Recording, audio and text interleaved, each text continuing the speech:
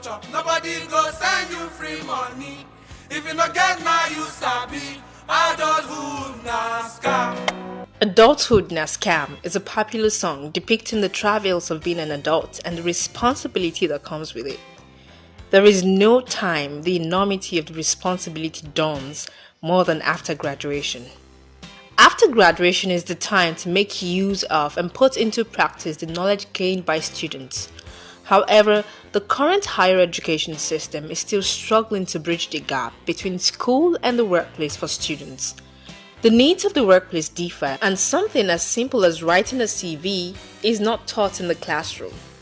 How to apply what you have learned in school in the workplace is usually a knowledge gap that most graduates struggle with after graduation. Studying a particular course and deeply understanding the career paths available, the jobs available, the way companies and organizations operate, how to get hired, getting the relevant experience needed to get hired, knowing how to sell your skills are all parts of the puzzles that needs to be figured out by the young graduate. Abiola Ogunleye is a final year student of the University of Lagos, and he shares that he expected being in the university to be much more immersive. I was expecting to, be in a department where, aside theory that I would learn in class, I expected to learn theory, history, and all of that, and how to go about things. But I expected university to be like how I saw it in the movies, where you'd have real life projects to undo, you do practicals, you do carry out. So for someone that was going to mass comm, I went into mass comm with the mindset of possibly being on radio or TV and also journalism. So with the mindset of, okay, being part of the press club, producing newspapers, covering stories in school, producing shows and hosting them in school.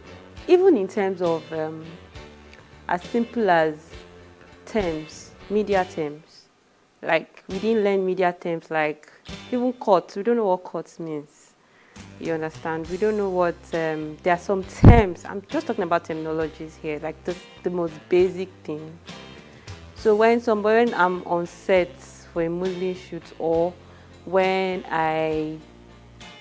because I did some radio.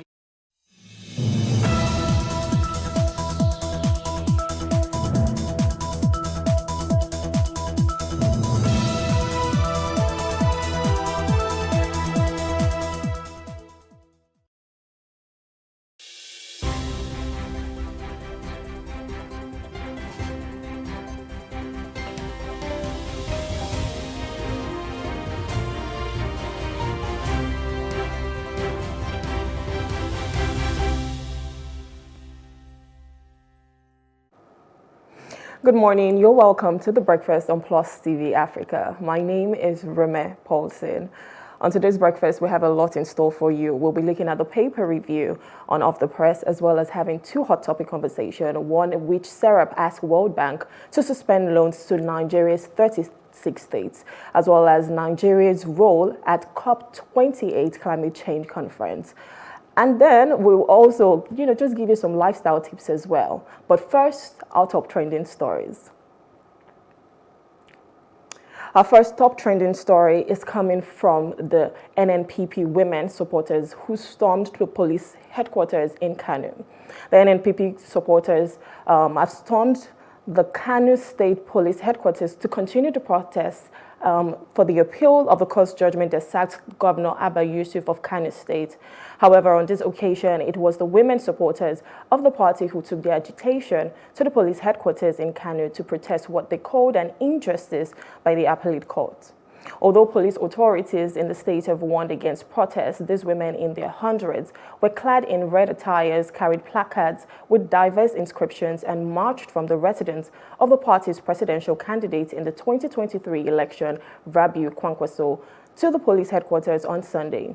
In their call for justice, they insist that Governor Yusuf won the March governorship election in the Northwest state.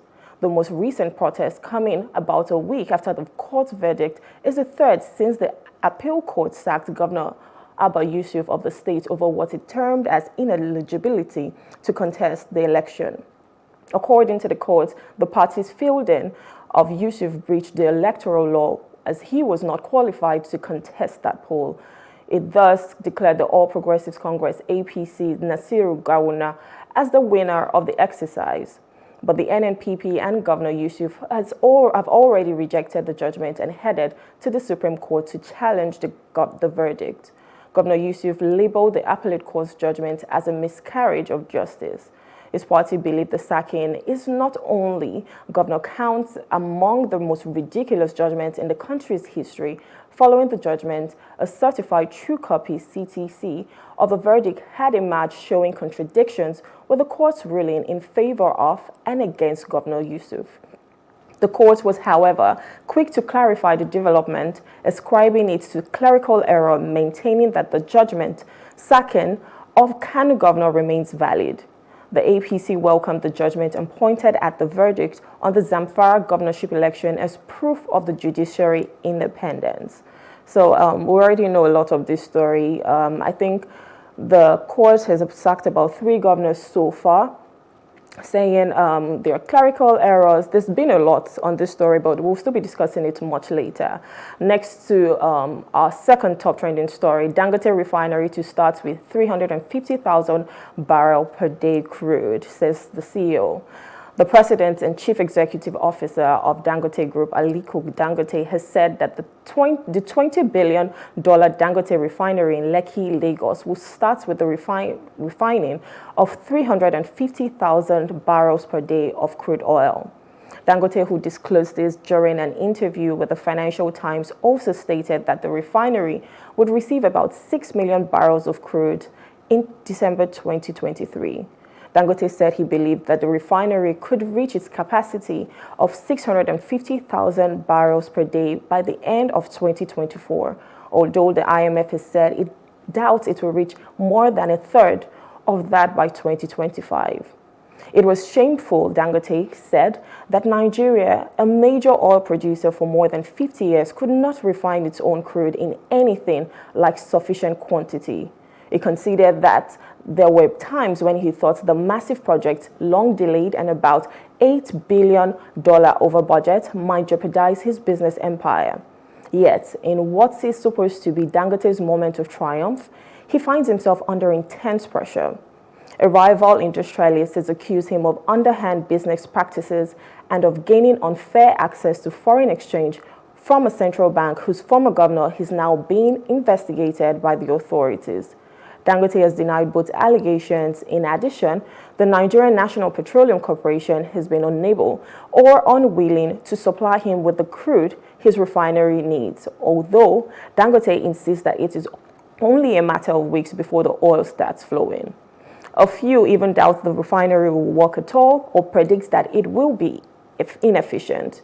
Rumors are also rife that Dangote, whom critics accuse of having unduly benefited from close relations with 4 successive administrations, has fallen out with Bola Tinubu, who became president in May.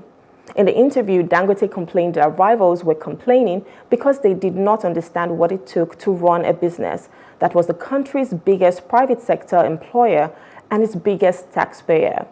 Nigeria produces about 1.4 million barrels of oil a day, well short of its OPEC quota of 1.8 million barrels, which much pre-sold in forward contracts.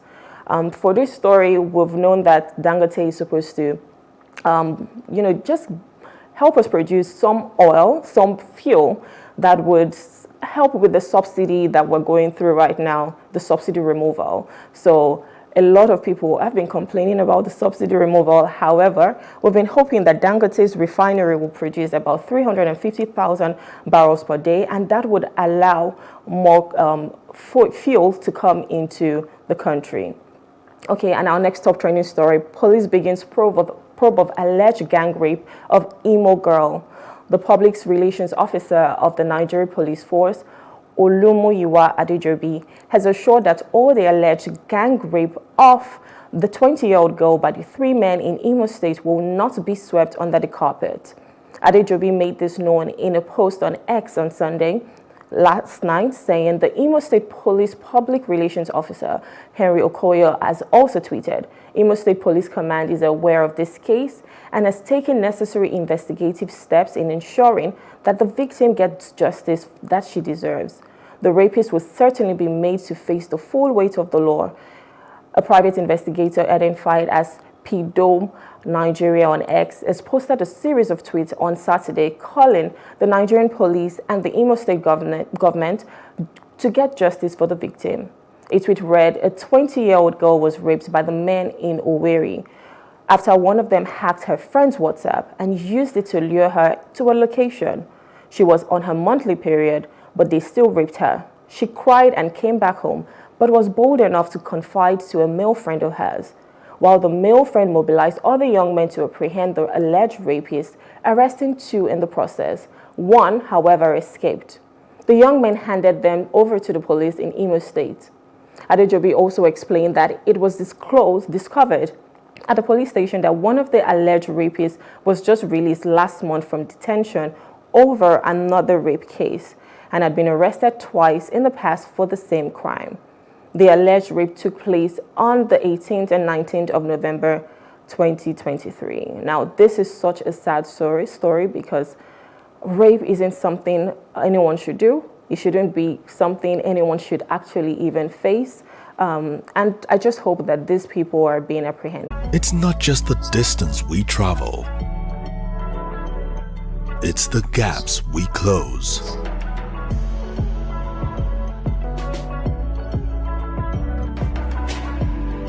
It's not the things we buy.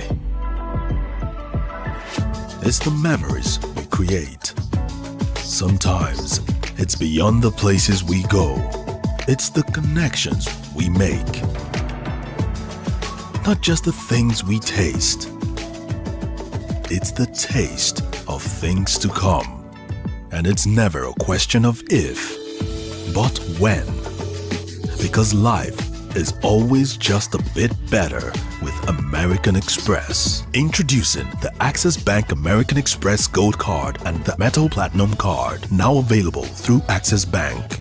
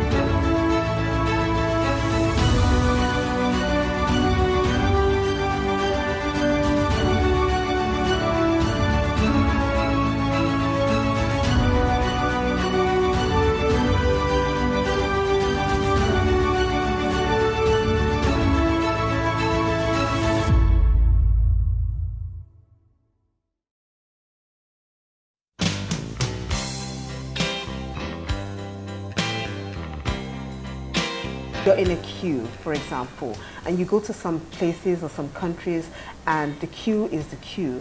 You have to join from the back, right? And that's conducive because, hey, I was here before you, makes sense. But then you find some people that they just don't have the time and everybody is in a hurry and they jump to the front stylishly and feel they will get away with it. Sometimes some people just don't want trouble and they just leave you with your, your actions. But then you will find in some places where people don't like it, they don't condone it, and they will call you out. Excuse me, the queue is at the back. We need to see more of that nowadays. You've probably experienced a scenario like this. You're waiting in line for a service or to buy something, and someone who sees the long queue comes along and goes straight to the front of the line, completely disregarding everyone standing. In most cases, some people on the queue will speak up, but some will look on with utter disbelief. With teeming population, it is almost inevitable not to experience queuing. If you're not queuing at the bus station, you're queuing at the ATM or in the bank, or to get tickets to your favorite show. Queuing is a way to create orderliness and to ensure that there is some fairness, but like clockwork, there will always be the impatient ones, or the ones who feel too smart that they find a way to jump the queue. Queues are not created to simply waste time but to ensure orderliness, because the chaos that happens without the orderliness leaves a lot of people bitter, angry, and helpless. The reason why queuing is challenging for us can be associated with the way we see it.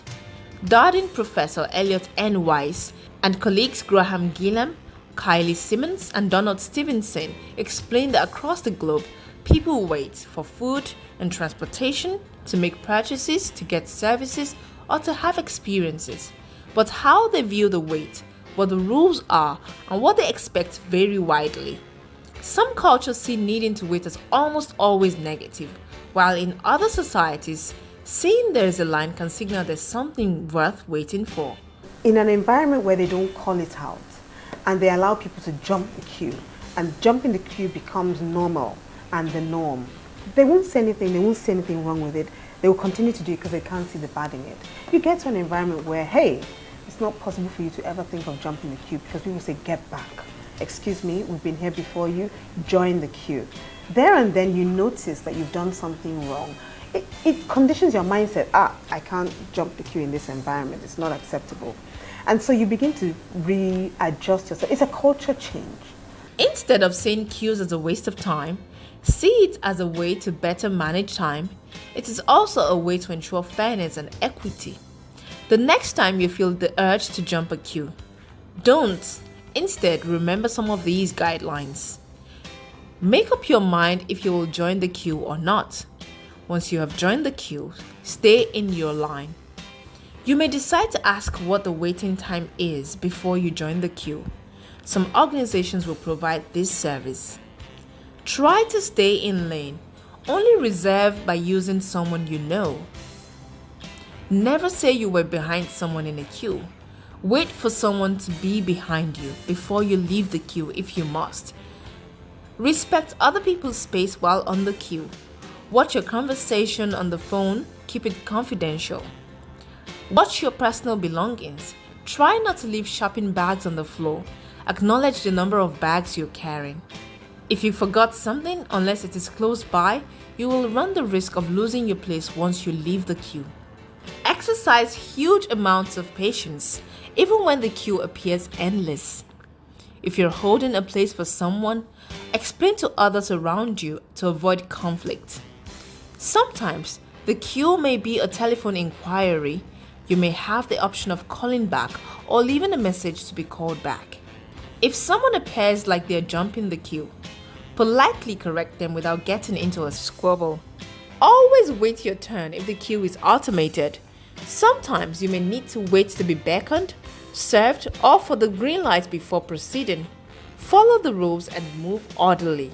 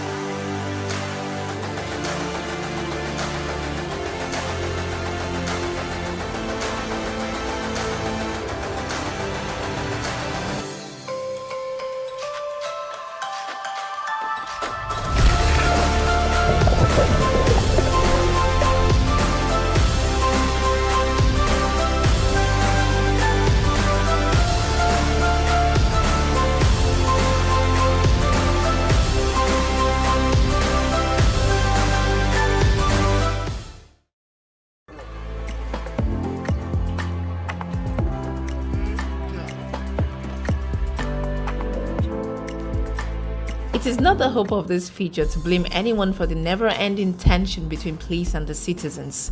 However, it is certain that there is always a tension with most people when they approach a police checkpoint. Many factors are responsible for this tension, including not knowing what to expect or do, seeing the police as the enemy, or even being guilty of an infraction. Many issues that go wrong at a police checkpoint can be linked to lack of proper communication and understanding on the side of the police force and also on the side of the citizen. Here are some tips listed by the police force about comporting yourself at a police checkpoint. Endeavor to slow down your vehicle. It shows that you're not reckless. It also douses suspicion that you're a criminal and may want to speed off.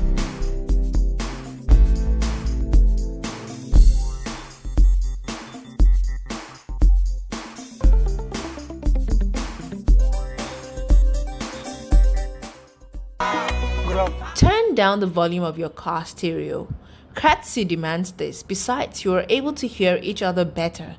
This simple act will help you win the confidence of the security operative. Keep your hands visible to avoid unnecessary suspicion or fear by the officers that you're attempting to bring out a gun or other harmful objects to attack them. Turn on the inner light of your vehicle while approaching the cops if at night. It readily sends an unspoken message that you have nothing to hide. That's the nature of your job, officer. Don't worry. That's the nature of your job. Everything will be fine. Be friendly and cheerful. Commend the officers, especially when you see them working under very unfriendly weather conditions such as rains and harsh Harmattan conditions, excessive heat, cold or sunshine. We know it's their job, but a little kind word from you will do a lot of good. Remember, when you smile at the mirror smiles back at you. Officer will not come down. Let's see what you do. Don't mind this. We won't come down. Endeavor to be polite when answering questions put to you by the officers. Don't dare or challenge an armed security man to a duel. Oftentimes, you hear people say things like, "Shoot me if you can." Note that this is a recipe for disaster. It is a very provocative and unnecessary call for war. So please, play safe, more so as you do not know the state of mind of the officer concerned. Also, don't go into a physical fight with an armed security officer. He may resort to the use of his weapon to defend himself. Avoid unnecessary arguments with armed security personnel. There are 1,001 ways to seek redress where you feel your rights have been infringed upon.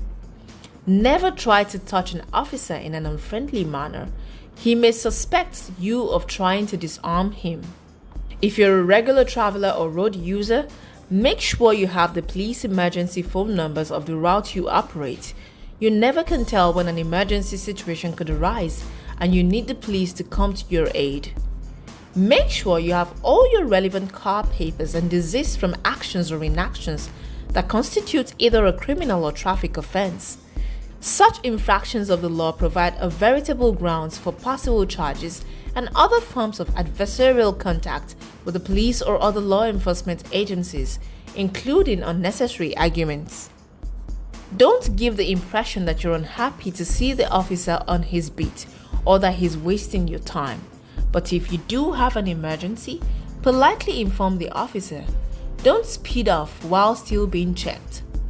Take note of the name tags, force or service numbers, personal description of weapon or patrol vehicle of the security officer, especially where the officers begin to conduct themselves in an unprofessional manner. Seek an audience with the most senior officer at the checkpoint if things are not working out smoothly. Politely insist to be taken to the police station if your complaint is not properly addressed.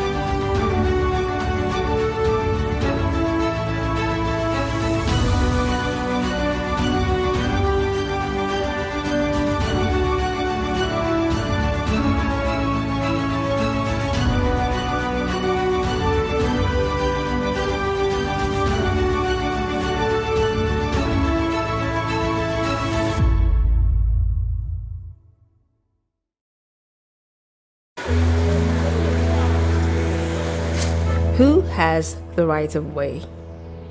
Nigerian roads come with a lot of chaos. The chaos is caused by a combination of drivers, motorcycle and tricycle riders, pedestrians, and sellers who all claim the right of way.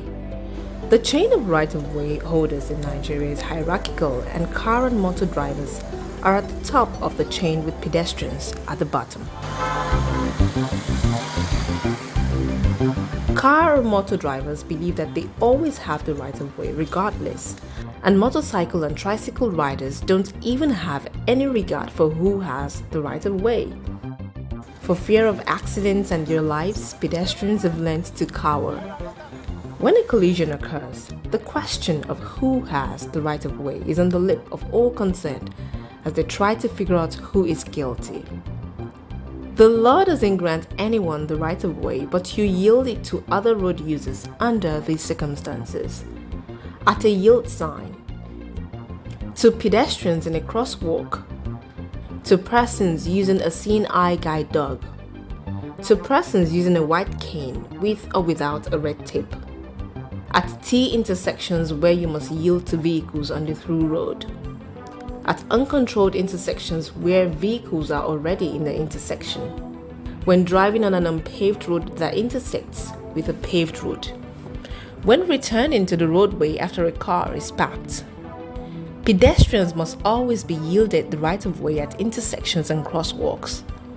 Treat bicycles as motor vehicles. Yield to bicyclists in all situations where you would yield to a car. For example, wait for an oncoming bicycle to pass before turning left. Turn right at a red light if it's permitted and no vehicles are approaching. If you see a sign that says no right turn on red, then you must wait for the light to turn green again. Otherwise, you must turn right at a red light after yielding to oncoming traffic.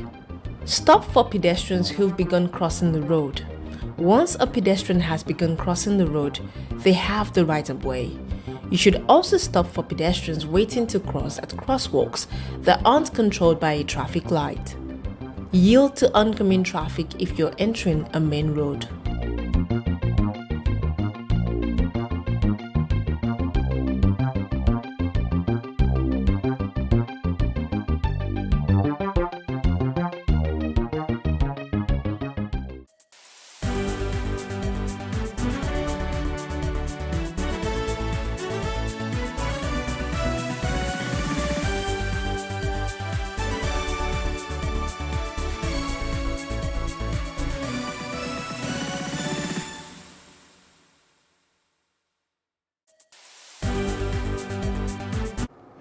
Thank you for staying with us. Now we'll be looking at the paper review to know what the national dailies are saying.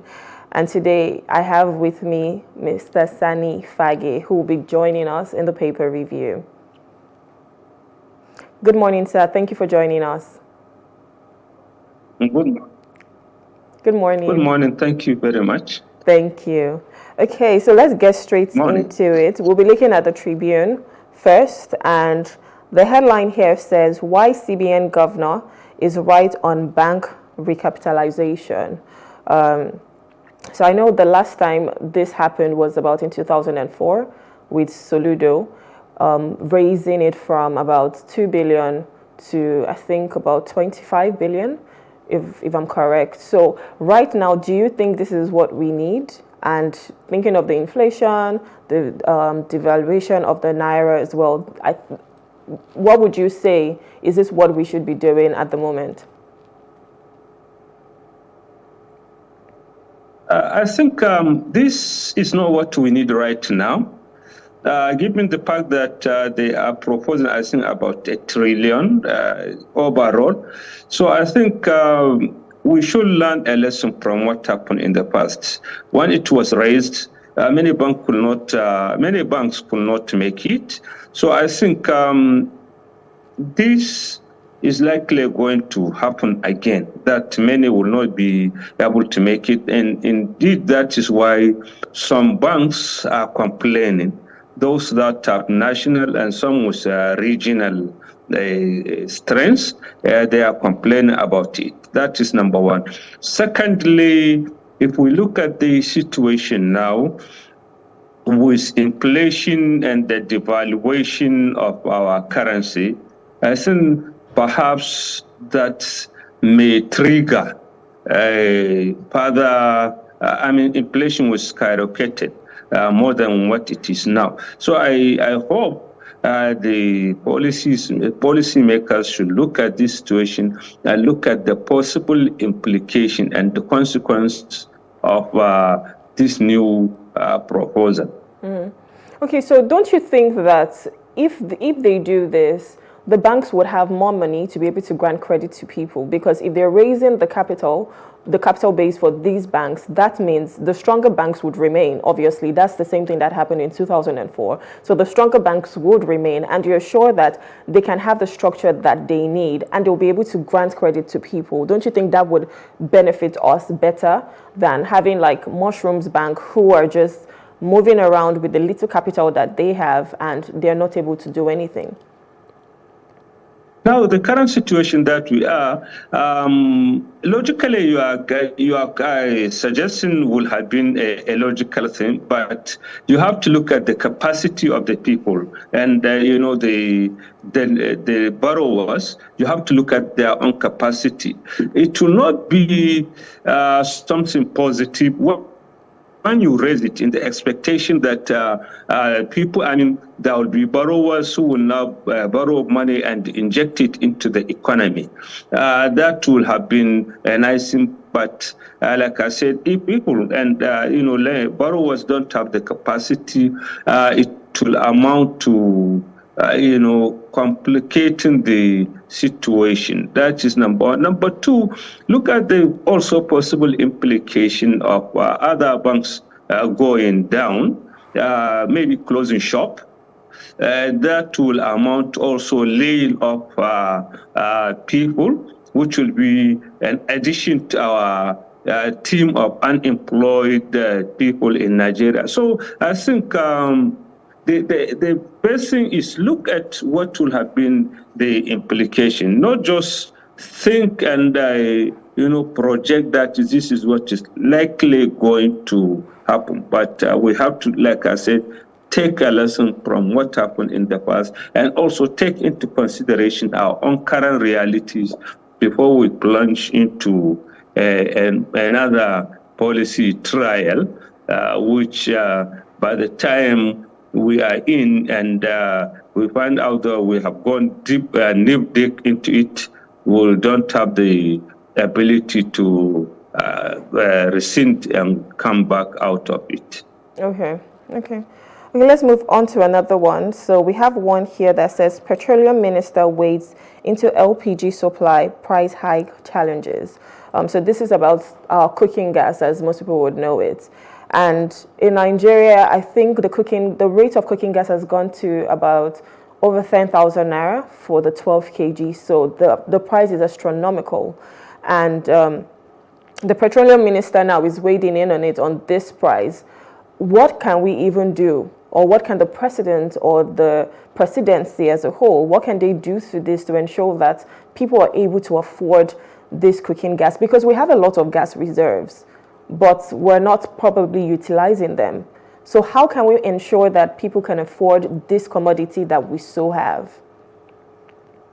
Yeah, you see, the way things, gas is going, is skyrocketing, we have to contextualize it. It is a very serious thing.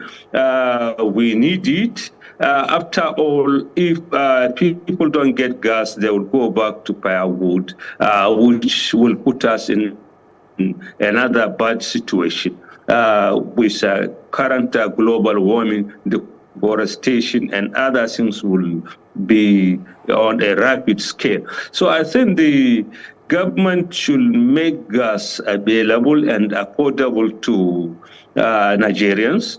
After all, we have been clearing gas for many years since we started exploring oil. Gas, has been cleared. We are wasting a lot of resources, and we don't see the implication. So I think the best thing the government should do is to make sure that we address this challenge by trying to, get it done here in Nigeria so that will become more affordable and available to Nigerians. Otherwise, like I said, the implication of that is very serious. We are facing this issue of deforestation, and already here in the north, for example, we have, Sahara is coming down, and now with the rate of deforestation, I think the implication for the country is very serious. So the government should face that one and make it available and affordable to Nigerians. After all, I think with the political will be able to do it. Yeah, thank you. Thank you for that. So we have one more from here before we move over to the next paper, and it says multiple bank charges amid rising inflation worries Nigeria. So I'm sure everybody faces this. I think I woke up yesterday morning and I got another bank charge. There's stamp duty, there's levy, there's so many. So if we're talking about the inflation, everything is so expensive, and then yet banks are charging you exorbitant amount. They seem so little, but when you put them together, it is quite a lot. And you would expect that you're giving your monies to these banks, they should help you save it and probably use it to invest, and they're still making money, yet they're still charging you for keeping your money that you've freely given to them. So now, what's your take on all of this, on the multiple bank charges, even though there's so much inflation right now in Nigeria? I think the multiple charges are honestly, not good for everybody, at least for us, not the bankers. They are good for the bankers, but they are not good for everybody. The little money that people earn, you get so many charges. And this is one counterproductive, because the government now is trying to push it down to the throat of people that we should go cashless.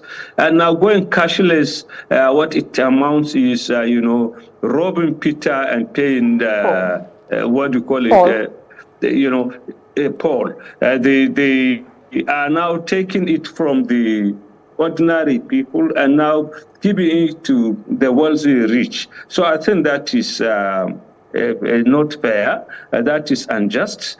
Secondly, it will compound this problem of inflation. And thirdly, it will compound the living standard of many people.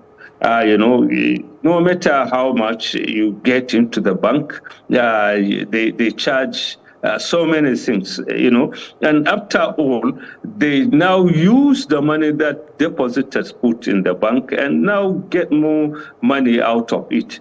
This is counterproductive. It's the same thing like taxation over and over, where when you have so many taxes, one of the reasons why industries are leaving Nigeria is because of multiple taxation.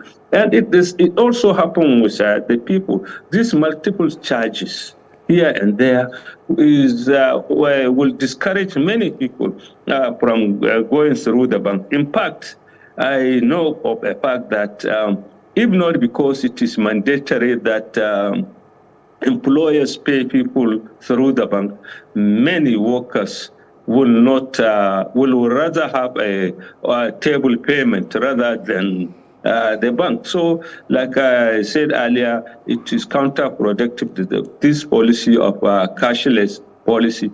Many people who get money in their hand, they will not be willing to put it in the bank, and then that will be counterproductive. Okay, all right, thank you. So we'll move over to The Guardian. The headline here talks about banks bracing for new monetary policy conduct regulation, but I think that's something we just covered in the Tribune, which is talking about the recapitalization. But let's look at one here. Let's move over into politics a little bit. So we have Guber aftershocks. Kogi queries Monarch as APC gives Kanu AG ultimatum. What's your take on this? Yeah, I think that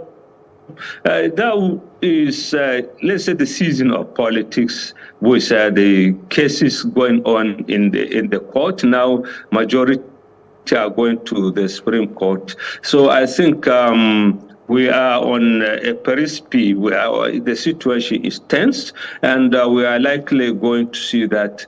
But to me, I think the politicians should respect, the traditional institutions.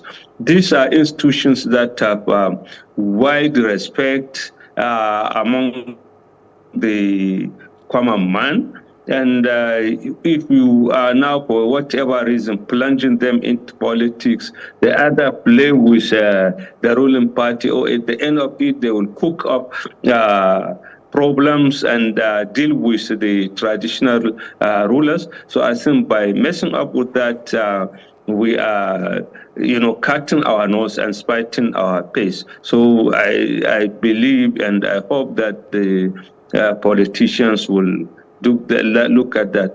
And the other thing is, like here in Kano, with the two verdicts so far, the situation is tense. So we hope the judiciary will come to the aid of the situation and giving a fair and just judgment. Whoever is right, let them start it. Give the verdict accordingly, but they shouldn't be seen to be taking side, which will compound the problem here in Kano and indeed in many parts of the country. So do you think the courts have any form of credibility right now? Because we've been seeing issues with clerical error. A lot of times now, they just say, oh, there was clerical error on this, or everyone is trying to go to court. And sometimes, just like the NLC, they were even able to flout the court order on them not going on strike. So do you even think the court has the credibility to ensure that everything runs smoothly? This is one of the dangerous things that we are praying that Nigeria should not go into that direction. That is where people lose hope and confidence in the judiciary. Because the judiciary, like they said, is the last hope of the common man. Yes. And by the way it is giving contradictory judgment, by the way it is siding with the power that to be, by the way it is coming out with decisions, yes, or ruling that sometimes defy even common logic, where you have a statement, and then you blame it on, clerical error. I think that one is pulling down the judiciary into politics, and it is denting the image of the judiciary and indeed the country. Yeah, because you cannot come out and say it is a clerical error. Yeah, you blame clerical error to maybe we know what is called the writer's devil. If you are writing, you miss one word here or this.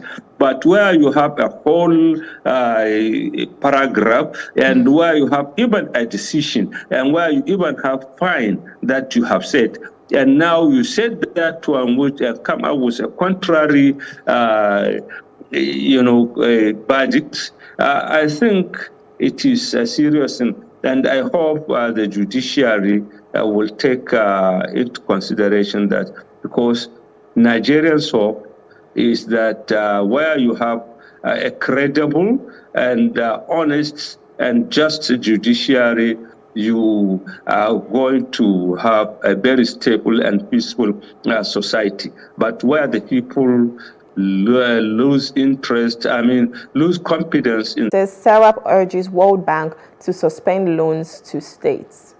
What's your take?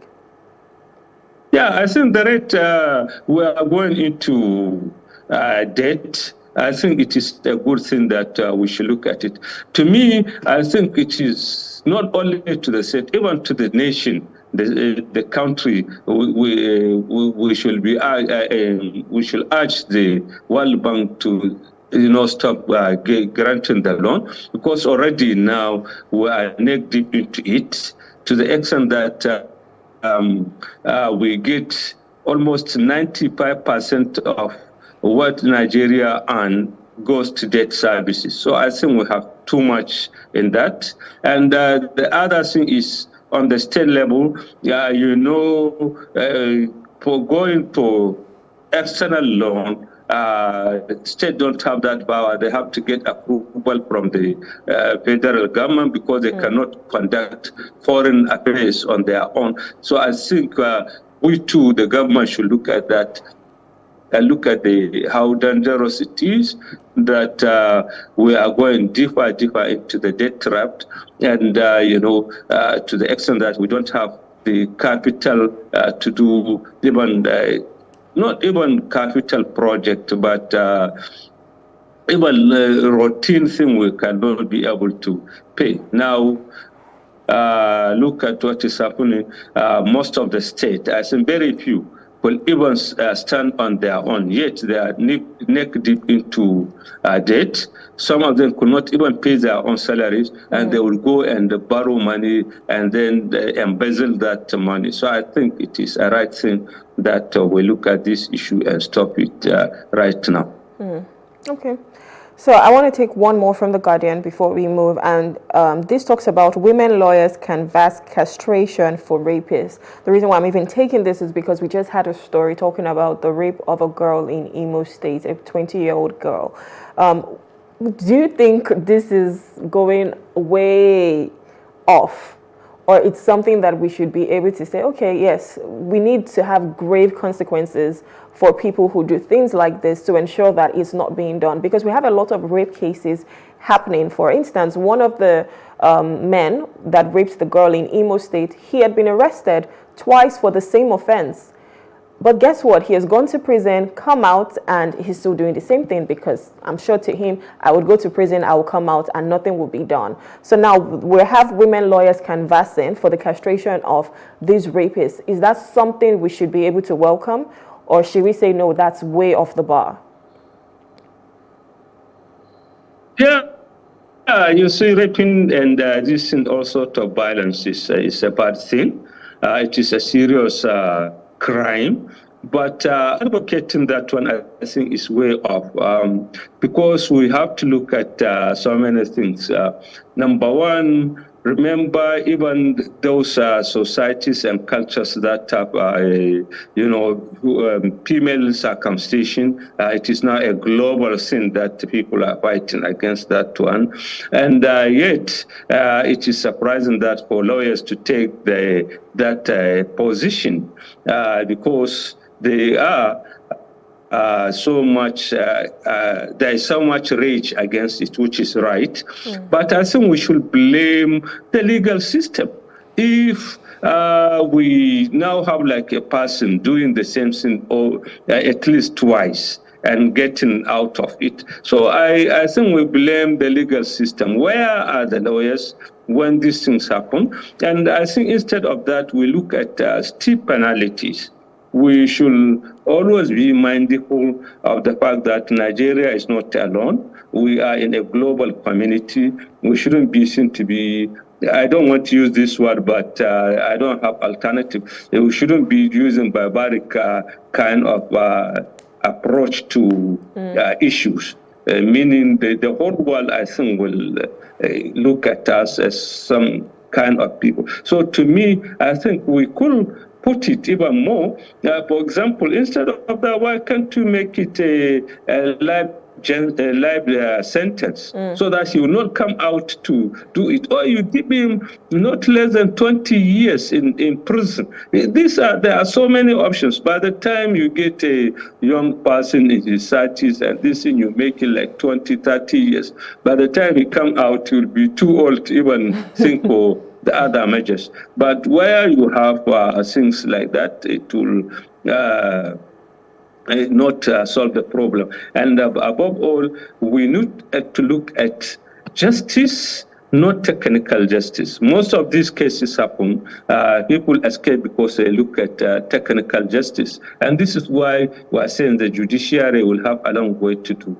Let's decide things on facts, on justice, rather than technical justice. If there is a problem, we find a problem. Whoever is, offend the society, we should deal with him. We have steep penalties against such. I think that is the only way out. But such advocacy, I think, is done out of rage, out of anger. And usually when you take decision out of rage and anger, it is not going to be good at the end of it. Okay, thank you. Let's move over to the Punch. I just want to take this before we wrap up off the press. So we have this on the Punch that says lecturers shortage hits varsities. ASU blames JACPA, IPPIS. So there's a JACPA syndrome going all around. JACPA meaning moving away, moving abroad. And now, first it was affecting the medical sector. So a lot of doctors were moving abroad. We have a lot of tech people as well moving abroad. But now even lecturers are moving abroad as well, and our schools are suffering. And I'm sure that's because of the economic realities of Nigeria. But what is your take on this lecturers' shortage and blaming it on the JACPA syndrome? You see, all along, I have been in this profession for decades. I've never worked anywhere except in the teaching profession in the university. I started from a graduate assistant and rose to the rank of a professor. And like I said, I have over 40 years of experience of that. And I've never seen a situation where the teaching profession is now, people resign in that situation. Part of the problem is not just the pay, the poor pay, but the conditions. Yes. Remember, we had 8 months strike. And our salaries were withheld. And, the government is yet to do anything on that situation. Okay. So I think we are likely going to see more. In fact, from where I am, I know of so many people who are planning. Okay, sir, we have to wrap it up here. Thank you so much. I really wish I had more time to continue this conversation, but thank you very much for coming and reviewing the paper with us on Off the Press. We've been speaking to Camillus Sani Fage. He's a public affairs analyst. Thank you so much for joining us, sir. Thank you very much. Thank you. Okay, we'll go on a short break, and when we return, we'll be looking at some hot topics. Stay with us.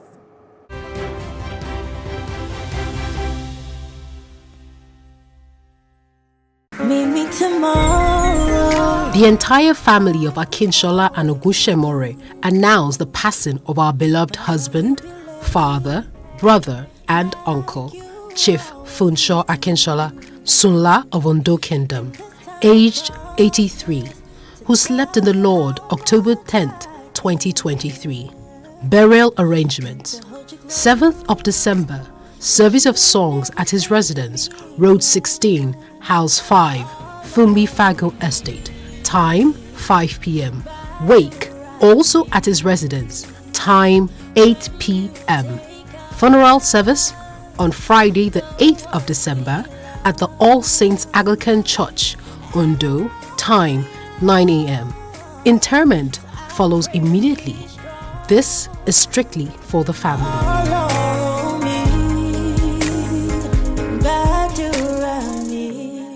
Picture this.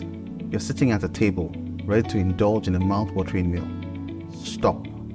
For many of us, it is hard to resist the temptation, especially when it comes to enjoying a juicy beef dish. But have you ever stopped to think about the impact of your food choices on the greater good? Our food choices have a great impact on others. The beef industry is one of the leading contributors to deforestation. As trees are cleared to make way for cattle ranching, it not only disrupts the delicate balance of ecosystems, but also contributes to climate change. We can make a difference with our choices. It does not mean we all have to become vegans overnight. Imagine enjoying fish and poultry a few times a week, indulging in beef just once a month, and filling our plates with plenty of plant-based goodness. Every little bit counts. And even small reductions in our intake can make a huge impact on the climate. By making smarter food choices, we're not only taking care of ourselves, but also the planet we call home. Remember, the choices we make today lead to a better tomorrow.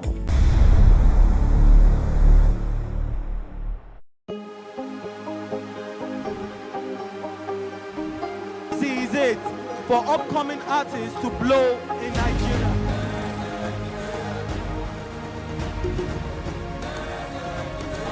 welcome to Plus Trending.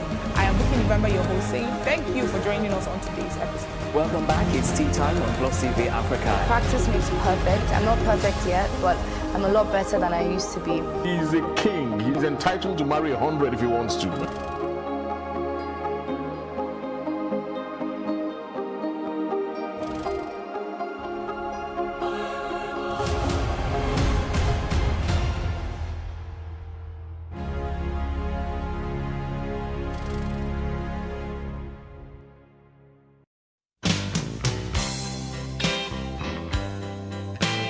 Transportation in major cities in Nigeria has taken a different turn since the introduction of ride-hailing services enabled by technology. It has provided employment for many and made transportation easier and relatively cheaper. However, because of its peculiarity, the dynamic between drivers and passengers comes with its own conflicts. Drivers and passengers often complain about their interactions with one another.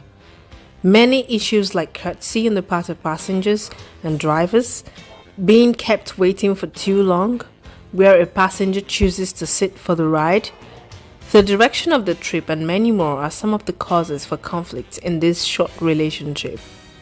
Lawo, a hail ride driver, shares some of his experiences. At times, some of them will set location. The map or the app will automatically give them another location. So by the time you get to the location, on the address, you call them, they tell you, sorry, I'm sorry, I should have told you. The map used to do like that, used to take people to another state, go and turn and come back. You know, that can be ridiculous. And at times, you know, the Lagos traffic, whatever, that the route you pass now, or probably before you even got through, it was hell. Now, having to go back, it can be very irritating. How is this relationship supposed to be navigated? Mutual respect is key, and under no circumstances should riders or drivers disrespect the other. Riders should respect the vehicle they are in and should leave the vehicle in the condition in which they found it. Unruly behavior such as damaging the vehicle is not tolerated. Using bad language is also not tolerated. Being aggressive or discriminatory can also get a rider banned from using the app. Although friendly conversation doesn't do any harm during a trip, respect should be upheld at all times. Both riders and drivers should give each other space and should not make each other feel uncomfortable.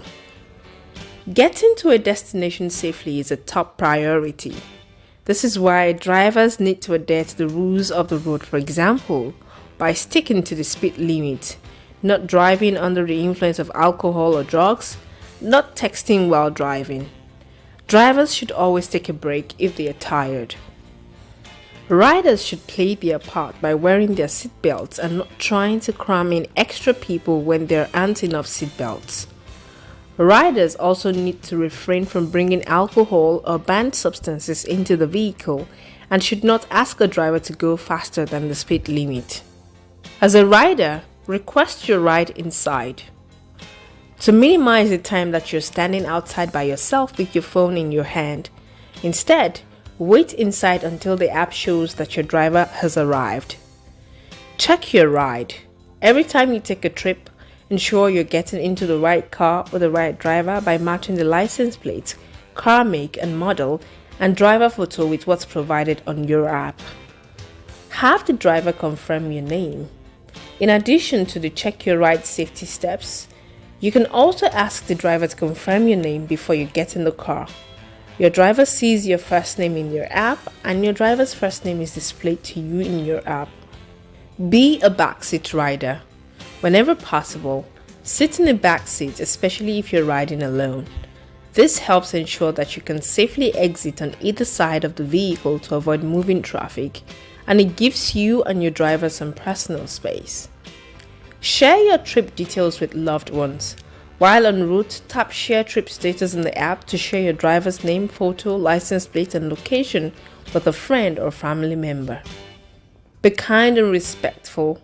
Please respect fellow passengers and your driver and their car. As for drivers, here are the standard procedures required. After a rider books a ride, you drive immediately to the location. and then until you get to the location, you don't click arrive, which most drivers, that is where they have their own faults too. So immediately they pick your ride, they click arrive. And normally, the app owners have given 5 minutes of grace. The moment you get to a place, after 5 minutes, the person doesn't come out. It will start charging the person a certain amount of money. So, but by the time you click arrive, when the trip is, when getting to the location will take you 9 minutes, and you have clicked arrive. So 4 minutes into his own time, you have started charging him, and you have not even at the location yet. Now, that is actually not good, which I hardly do. The only time I do it is when I'm booked in an estate, and I get to the gate, and they say, call the person to come out. Immediately before I call the person, I click arrive, because that's the estate. So having to navigate my way through that is own cup of tea. When I click arrive, then the person has 5 minutes before he will start being charged by the app. So after 5 minutes that I've clicked arrive, the person will start being charged. Then once the person gets in and will click start, then I'll ask the person, can we move? He say yes. Then I'll click starting up of the trip. So once I click on that, the trip starts. Then we continue moving.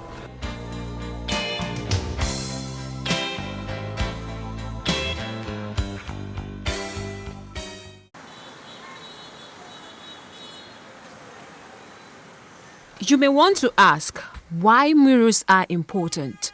It is no secret that murals make neighborhoods beautiful. They add color to building walls and streets which would otherwise go unnoticed. They are a treat for locals and tourists alike. Murals have been part of Nigeria's cultural landscape for thousands of years. The term mural became popular with the Mexican muralism art movement. The transformation which took place in the history of mural art during the 1920s and 1930s was highly influenced by the government's sponsorship in Mexico. The Mexican president Alvaro Obregón began a nationalist cultural program in the 1920s. As part of this program, the Mexican Ministry of Education and ordered government entities to create public murals. In Lagos, the visual effects of wall paintings are an excitement to attract public attention to social issues like the ones here under the Falomo Bridge. An artist, Poli Alakija, created these murals on the columns in homage to the Bring Back Our Girls, the 276 schoolgirls who were abducted on April 14, 2014 by Boko Haram.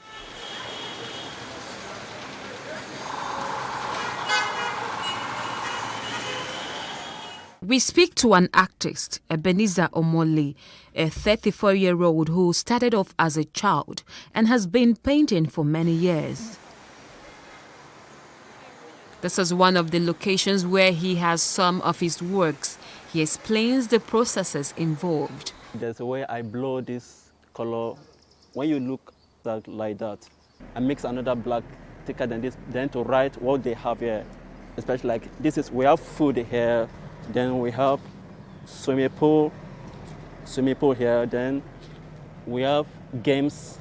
Then we have drinks here. Then we have pools, music. So I just did an artwork that will speak for this place because this is a restaurant. So I did those backgrounds so to speak. So anybody coming inside, looking at this place alone, so they will know what is going on around there. He speaks on the distinguished effects imbibed in artistic painting than ordinary ones on the wall. Ordinary painting is just maybe changing the wall to a particular color that you like. Mural is very interesting, and I used to say it. No painting is complete without an artwork like this. So for your painting to come out well, so you need to add some artistic to it so that will make it more, because a lot of people in the world, they cherish artwork. Now, for example, now, this is lion. A lion represents our king. And the writing here, so it's all about this place, because this restaurant is not just a restaurant, it's a reggae.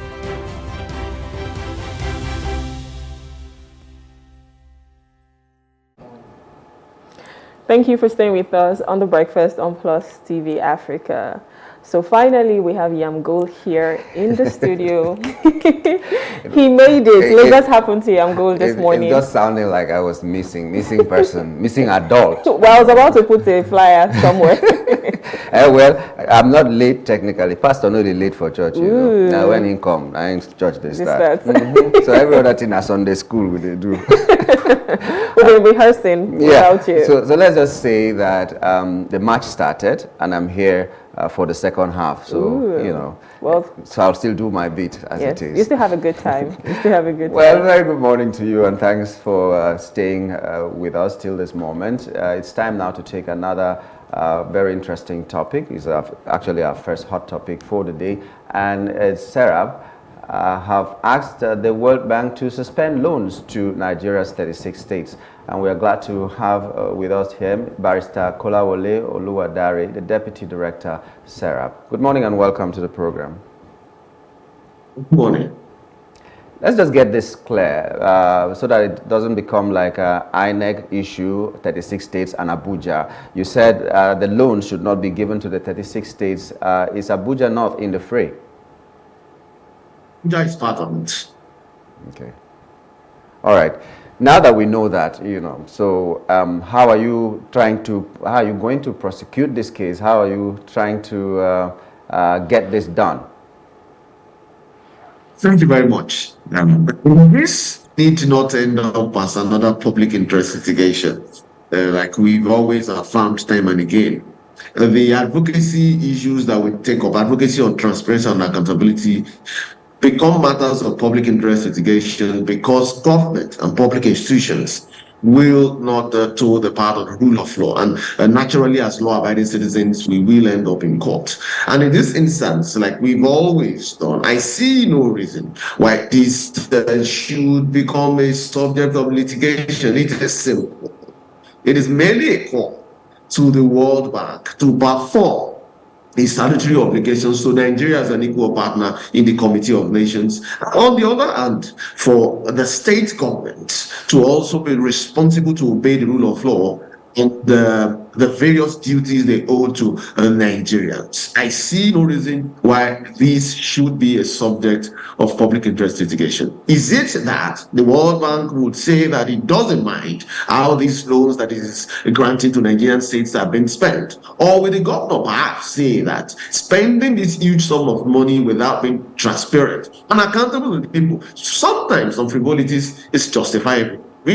I do not see any reason whether in fact or law why it should end up in court. And that is why ultimately conversations like this are important for citizens to own these, as it were, and to be able to compel each of these public institutions, including the World Bank and its affiliates, to do the right thing in these circumstances. But what really informed you're going to court because of this? Because everybody will tell you, the people who you are trying to stop will tell you that everybody borrows before you could do anything meaningful for your state or your country, for that matter. And then, was it on the premise that you know that 36 states can sustain themselves, they have the right capacity to sustain themselves without having to borrow? Because if they cannot do that without borrowing, then it will make no sense. This issue is not about borrowing in the strict sense. It is actually a matter of expenditure, that is the use of public funds, no matter the source of those public funds. But in this instance, for context, we do know that the bulk of the public expenditure to finance the Nigerian budget, including those of the state, primarily comes from borrowing. FAC allocations have not really been that much and adequate as it were. And even some of the FAC allocations are also sourced from borrowing. And the IGR of those states are not doing as well as they should. That now brings us to the issue of the source of those loans and the duty and obligations that the World Bank owes the Nigerian people through the various conventions and treaties that Nigeria has ratified. So, for instance, for a proper context of this conversation, it is not wrong, and we are not saying the Nigerian government or the states in this instance should not borrow, but that borrowing must be done within the context of the rule of law, and there are various laws that guide both the borrowing what the means of borrowing should be. In fact, it mandates the federal government and the states to carry out a cost-benefit analysis before any borrowing, and that borrowing should primarily and purposefully be for capital expenditure. But how can you justify the purchase of over 400 million bulletproof car for the chief of staff in Lagos State in the midst of growing poverty? You justify that, knowing fully well that the bulk of those funds are borrowed, and this is justified. And the various expenditures that we've seen across the states, and states are indebted to the World Bank and its affiliates, do not justify the reality of the borrowings, particularly in the life of the people. And that's why we're calling on the World Bank as a responsible organization in this instance to ensure that there are transparency and accountability mechanisms. And in this instance, to be a bit, to look back at those borrowings that they've done, to ensure that those funds are being judiciously spent.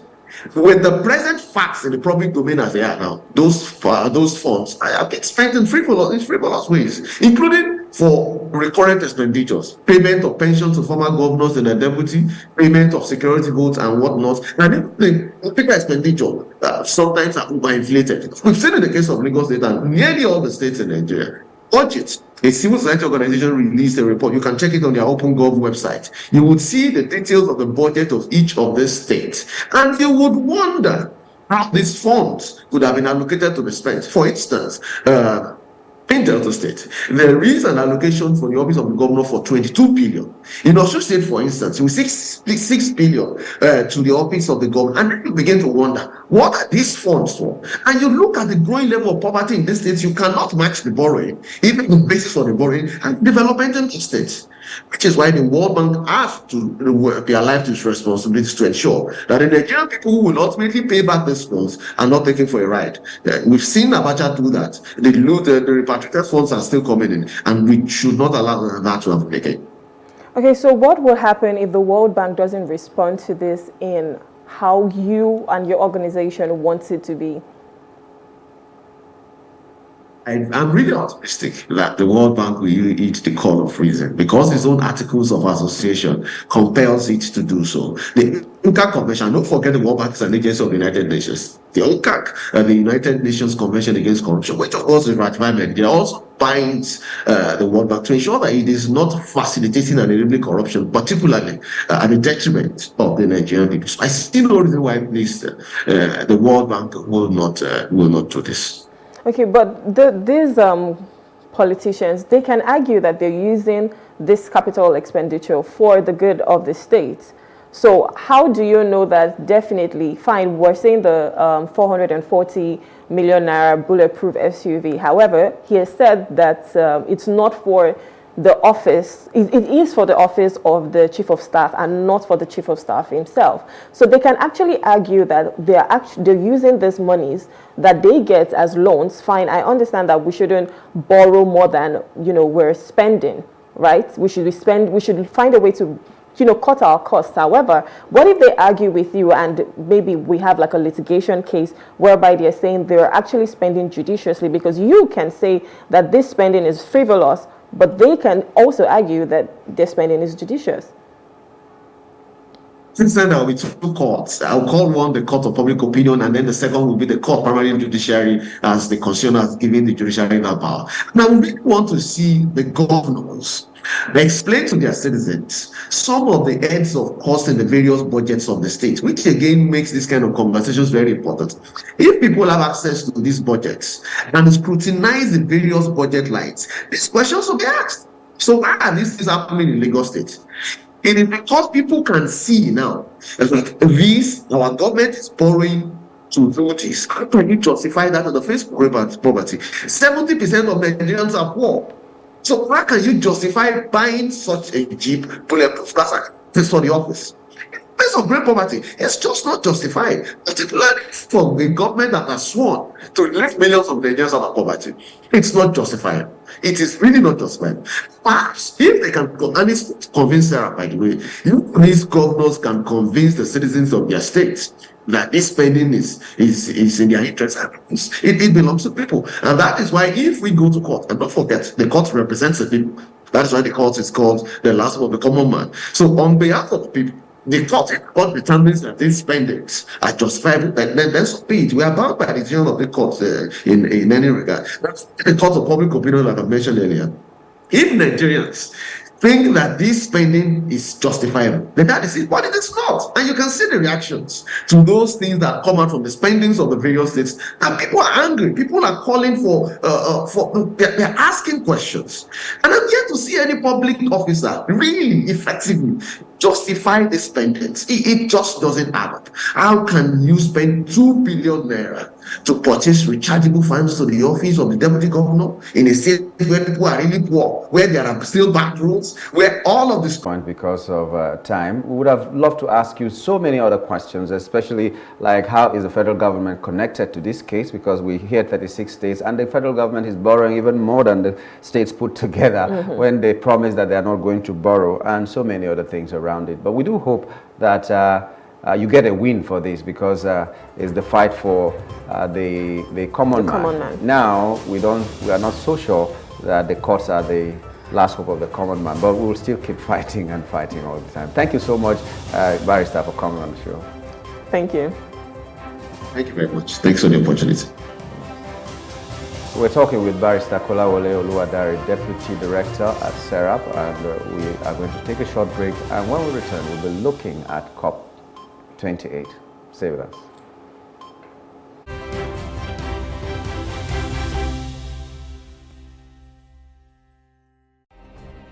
Nigeria's Niger Delta region, from where the black gold fuels Africa's largest economy, where the lines between wealth and poverty has never been thinner. Conflicts, poverty, insecurity, and environmental challenges daily confront the region. How can the Niger Delta story be changed for the better? Join Mamude Akuga at 9 p.m. every Friday evening on Plus TV Africa as he probes deep in search of solutions. Inside the Niger Delta with Mamude Akuga, the authentic voice of Nigeria's oil-rich region.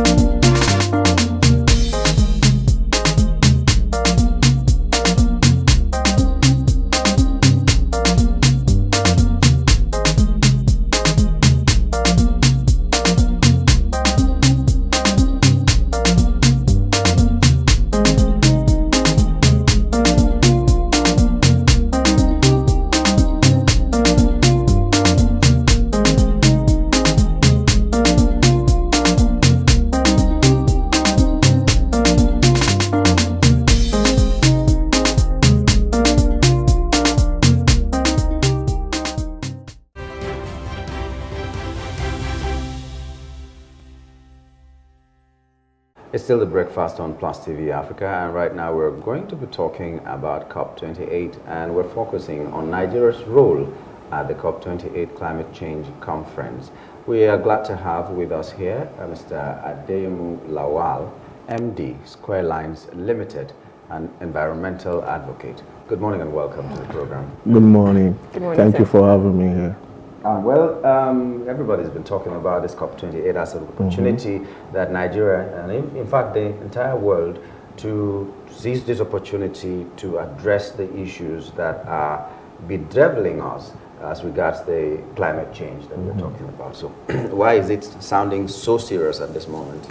Well, if we could sound more serious, it would have been better, because we're really in dire need of changing our ways, because the environment has changed so much because of us. So we need to realize what we've done to the environment, come to the round table and agree quickly on what we need to start doing in the opposite direction to what we've been doing, so that we can stop the depletion in the ozone layer and stop the environment, the earth, from warming up beyond what it needs to do. The earth should warm up, but if it's going at a faster rate than it should be because of us, then we need to do some other things to push it in the other direction. Okay, so what are these things that we're doing that are wrong? Oh, well, our lifestyles, our industries emit a lot of CO2 and other greenhouse gases into the atmosphere that warms up the air, the atmosphere. And when this is done, we have droughts, desertification, and other environmental issues that comes up and makes life difficult for us that started it in the first case. So we need to redress that one. Should we say industry should close down? No. We should just find better ways to impute in our processes what will not emit CO2 into the atmosphere at the rate that is emitting it. So at least we can have a better world to live in. Okay, so that takes me to Port Harcourt, because I know there is gas flaring in Port Harcourt, and as a result of that, there is soot. So I'm sure that is like one of the things that we're doing wrongly. So what can we do? What can companies and industries do to ensure that we're not going at a faster rate than we shouldn't be going? Now, we should check the processes for the production of fossil fuel, because that's one of the biggest contributors of CO2 into the atmosphere. We need to also change in our own lifestyles to start depending more on renewable energy as against fossil fuel energy. So if the more we do that, of course, those companies will have to diversify, go into something else, or find better ways to produce without emitting into the air. There's another option of even the CO2 produced, if they can be collected and used as source of inputs in other industries to make other materials. Then instead of flaring it into the atmosphere, then those are one of the ways we could work on improving things. COP28 is in faraway Dubai. What have you done about the people back home to educate them enough? I say this because in the last National Assembly, someone brought up the issue of electric cars, and some of the legislators actually said Nigeria, being a producer of oil, should never even talk about it. So which means even the legislators need to be educated. So what have you done locally before you carry this advocacy to the COP28? Well, I don't think it's something that we have to do first before going. We have to do it at the same time, simultaneously. As we are going global, because we need to discuss with other countries, you cannot do it in isolation as a country. We also need to educate our people from top down on the need to change our lifestyles. Because we all love this planet that we've been living on, and we don't have another option to even go to. So as long as we don't have other options, we have to find a way of making the place continue to be habitable for us. So if we have senators, if we have House of Rep members, if we have anybody in government that is yet to be as educated as possible, as required on this, then that means we need to increase, because they are the ones that are supposed to educate the people. So if they are having challenges with the level of education, they need to be educated also, because the truth is, whether you are aware or not, the climate is changing. Whether you've observed it, whether you want to live in denial or not, it's changing. So we need to do what will reverse the rate of change in the environment. Can that be reversed? Well, the rate of increase can be reversed. Okay. The rate of increase. Not that it's not as if it will go back to. But we can work towards net zero. Net zero means the rate of emission and the rate at which you can capture the already existing carbon dioxide from the atmosphere comes to the same. So you can say effectively you've not emitted, because what you emitted you also captured. So but that's a goal that the world is yet to reach, because we are having a lot of talk, but not yet backed up with sufficient action to get what we need to get to. Yeah, because at the world stage, it seems to be easy. You show your intellectual prowess by arguing for, and Nigeria will also go there. But I remember a time when Cross River Forest or so was like one of the largest in the world, and the world was focusing attention there because we need the trees to capture the carbon dioxide and emit the oxygen and all that. But I didn't see any deliberate policy, anything that will make that forest not to be depleted. So I'm worried about we going to the world stage and saying what we need to say, and back home we're still doing what we are not supposed to do. It worries me that maybe we didn't tidy our home well before we went out. Well, unlike in time past, in 2021 there was a legislation that was brought up by the government for climate change as a standalone legislation. In fact, Nigeria is the first in West Africa to do that. So that's where to start from, because we need government to lead, giving guidelines, the policies on what to do and what not. Even part of the legislation is that companies that have 50 employees and above will need to appoint a climate change officer that will give report at certain the needed benefits from. We've set NDCs, nationally determined contributions. Looks nice and lofty, but if we don't start implementing, then they will just remain on paper where they don't need to be. They need to be in our lives. So that's what we need to do then. And the issue of deforestation, what do? We need to reforest. It's a simple. Plant more trees.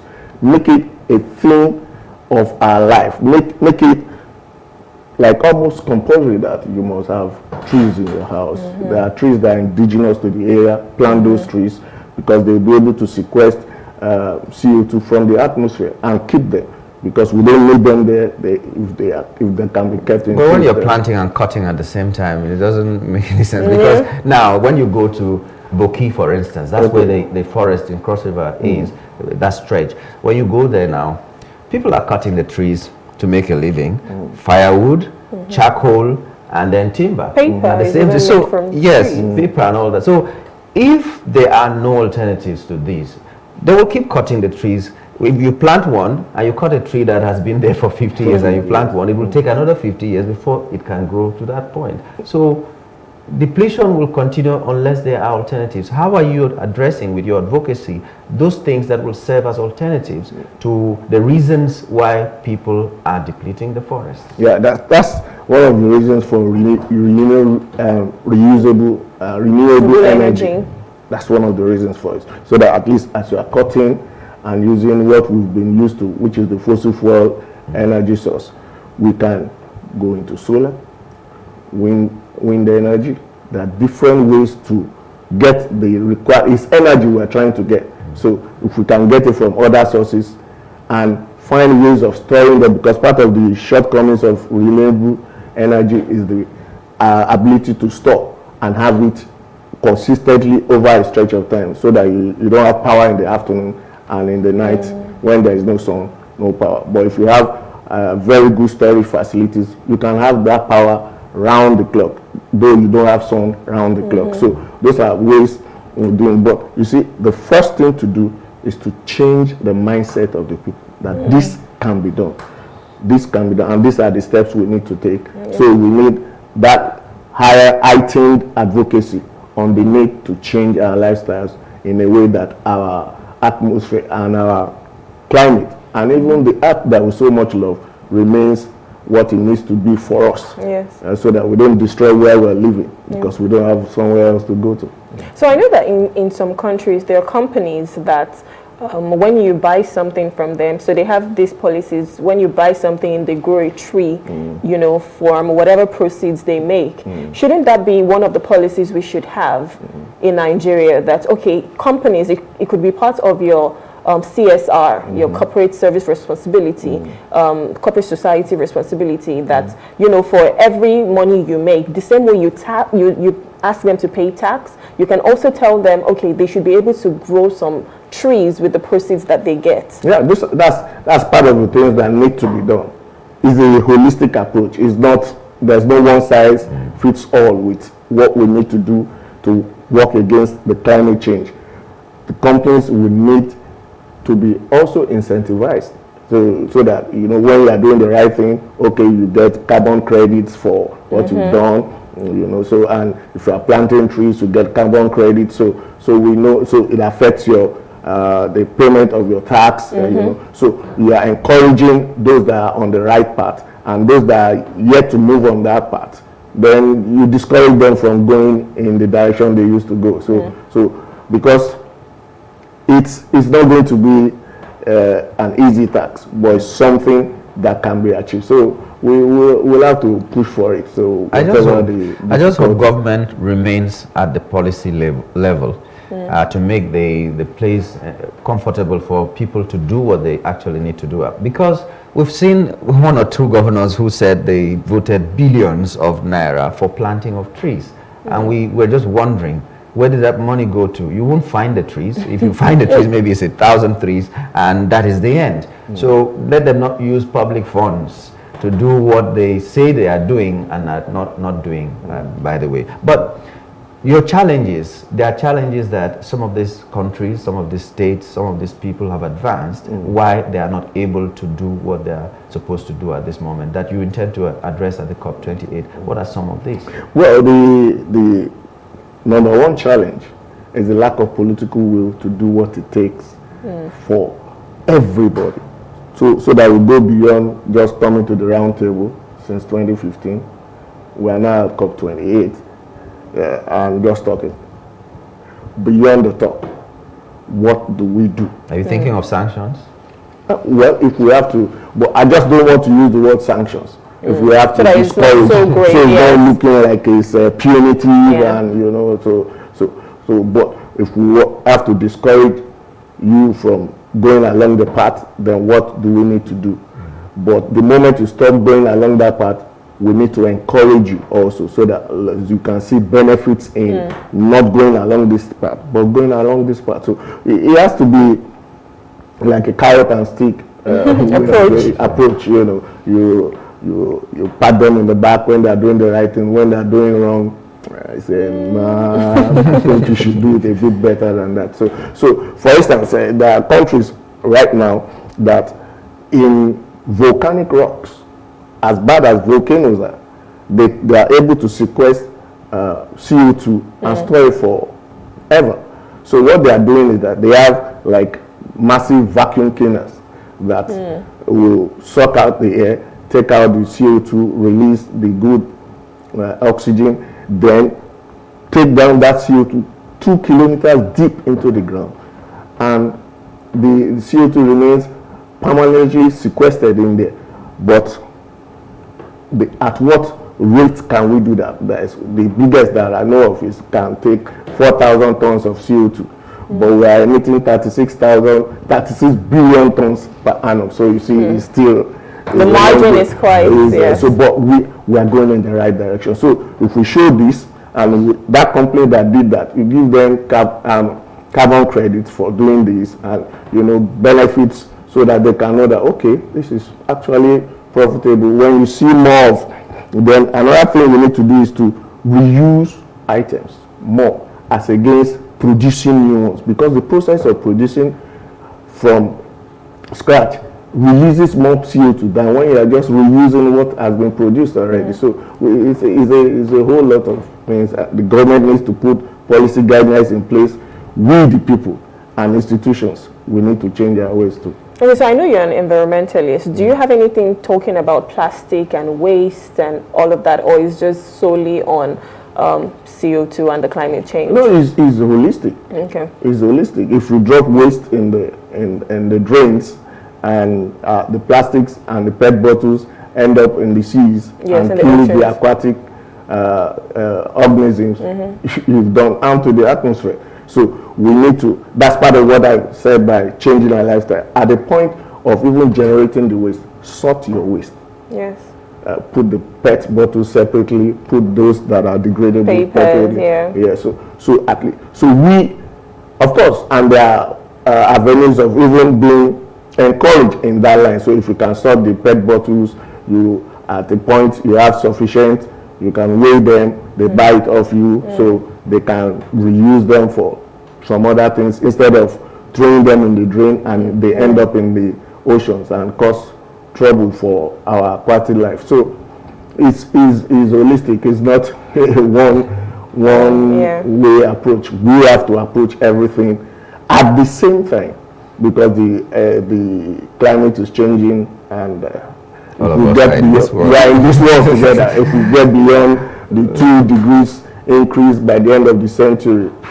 Okay, everybody has to do what they can where they stand. So Nigeria has to do what it can where it is. We're talking about the role of Nigeria in all of this climate change. What are those peculiar challenges that Nigeria needs to address, beyond going to COP28? I'm really concerned about home. Well, we know we can beat our chest and say we are doing it in Nigeria, so you copy as well. Okay. One of the first things Nigeria as a body must do is what they've done, to have a policies in place. That's one. The next thing is now work on the implementation of that policy in an unbiased manner, not that you you implement in certain ways here and not exactly the same way. Who will be at the vanguard of this working at the It still has to be the government in association in collaboration with civil society and every stakeholder, which is everybody. Which is everybody, every representative. For instance, the government formed a National Council on Climate Change, and the president is the head. So that shows you that as a government, they are taking it seriously. Even the vice president created an adult committee for those that are going, so that before we go to COP28, let us put our house in order. What are our agenda? What do we intend to get out from COP28? Not just to go and just fill the seat and come back. No, but what are the things 50 and above? They will need to have a climate change officer. So the organization also needs to do that. And we need to be sincere. For other organizations that are non-government organizations, so okay, all right, like Rotary and others, so they plant trees continually, every quarter, every month, every week, continue to do it. So you form LCDs. What are we doing in our own area? Are we allowing people to dump waste anyhow in our own area? Or are we waiting for government to come from the state capital to come and clear our waste, drains for us? We need, everyone has to be on the same page for it. So, but we need the government leading from the front. That's the critical point. Once they lead from the front, as they ought to, then it's easier to, let me not use the word easier, it will be less challenging to follow. So how are you going about sensitization to? It's being on programs like this, going to the communities, speaking to people on a one-on-one basis, making them see the reason. You are not just saying, don't burn wood again. You are giving them the reason not to. Yes. Okay, if you are saying, I shouldn't do this again, what is the alternative? At least you are not going to tell me to just sleep and not do anything because you said, okay, I shouldn't cut trees again. What can I do if I'm not cutting trees again? So those are the things that will go into communities and go to several areas to educate the people on the need to change. Funny question. This officer that should be employed in every organization, who pays them? Well, that's part of the cost of running your organization. So if I have 50 staff and I'm struggling to pay, I will hire one more. No, you don't have to hire one more. You just need to appoint one of them as the climate change officer that will be reporting back to the government and to the National Council on Climate Change on what you are doing. It doesn't have to be trying to employ a climate change officer. It doesn't have so that person needs to be sure of all the policies and be sincere on what they are doing as an institution, as an organization, because you need to report so that the data we are getting. If they chose me from Plus TV, I now tell them that we are emitting so much gas into the sincerity part is what I'm just. But we need it. Yeah, because you see, that's why I said initially that I will not use word sanctions. I would rather say let's discourage it, because if you start using sanctions, you are throwing punitive words all over the place. People will just start walking around the policies and look for loopholes around. So, but if we discourage it, we don't encourage you to continue. But when you do the right thing, you get benefits from doing the right thing. Okay, I think that's where we have to leave it. It's challenging, but we have to do it. We have to do it because we love this world.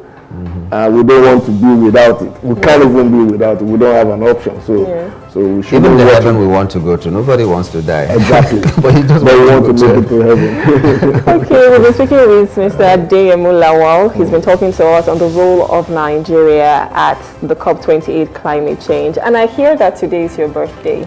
Yeah. Happy birthday. Happy birthday to you, sir. Thank you. Happy birthday. We wish you many, many more years, a prosperous and fulfilling one. In a clean environment. Yes, in a very clean environment. That will be the best birthday. All right, ladies and gentlemen, this is where we wrap it up on the show this morning. It was great being with you. We hope to rejoin with you tomorrow for another edition. Until then, my name is Nyamgul Agadi. My name is Rume Paulson. Have a good day.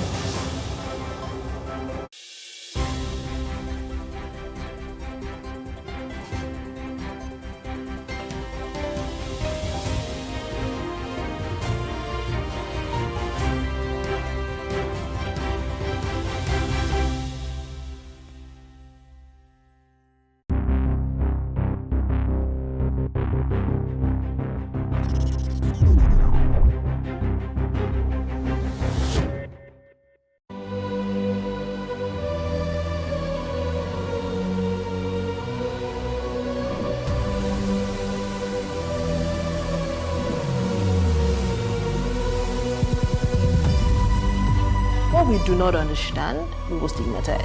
What you can see is the remaining of the tanker that exploded. The suspect equally confessed.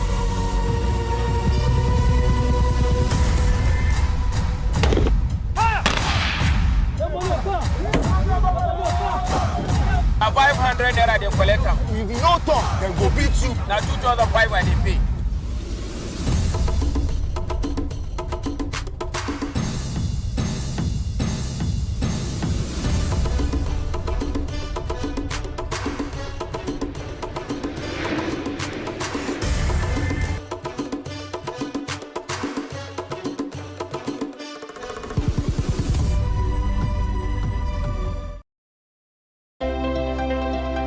Nigeria is a beautiful country filled with cultural resources and a preserved tradition.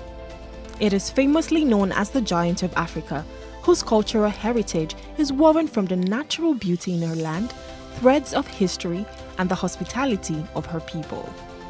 From rainforests in the south to savanna woodlands in the center and a semi-desert region in the north, Nigeria is adorned with long stretches of exotic beaches, lush mountains, magnificent waterfalls, and a unique wildlife, boasting of enchanting tourist attractions ready to be enjoyed. Here are some tourist destinations you should add to your bucket list. Coconut Beach. Coconut Beach is located in the coastal town of Badagry, west of Lagos State, Nigeria. No place tells the story of tourism fused with history like Badagry, which is situated about 20 miles close to the border of the Benin Republic. Coconut Beach has breathtaking and beautiful ocean views, a perfect place for relaxation, with the beach being set away from the noise of suburbia. It is surrounded by thousands of coconut trees, where it got its name from, beautiful holiday resorts, vacation huts, fresh air, and an open sky, portraying an ideal rural destination for lovers of fun and holiday makers. The Obudu Mountain Resorts.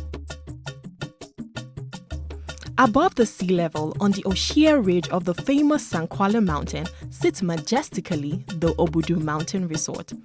It is located in the highlands and deep tropical forests of Cross River State, with a temperate climate and just 45 miles from the border of Cameroon.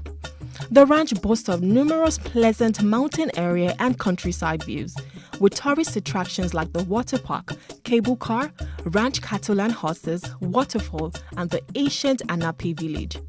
The Obudu Mountain Resort is a mix of adventure, beautiful scenery, and idyllic tranquility. The Yankari Game Reserve. In Bauchi State is the Yankari Game Reserve and former National Park, one of West Africa's eco-destinations.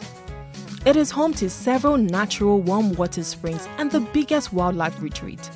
The reserve is filled with a number of activities that would help you connect with nature.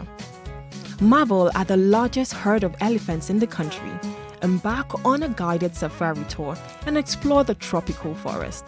You'll also find beautifully constructed huts alongside some uncaged animals such as monkeys and baboons living in their natural habitat. The Yankari Game Reserve is an area of great natural beauty that provides recreational pleasure. The Ogbunike Caves. Located in a valley blanketed by tropical rainforest in Anambra State, are a collection of caves knitted with historical and spiritual significance. The Ogbunike Caves are associated with living traditions said to be preserved by the people for many centuries.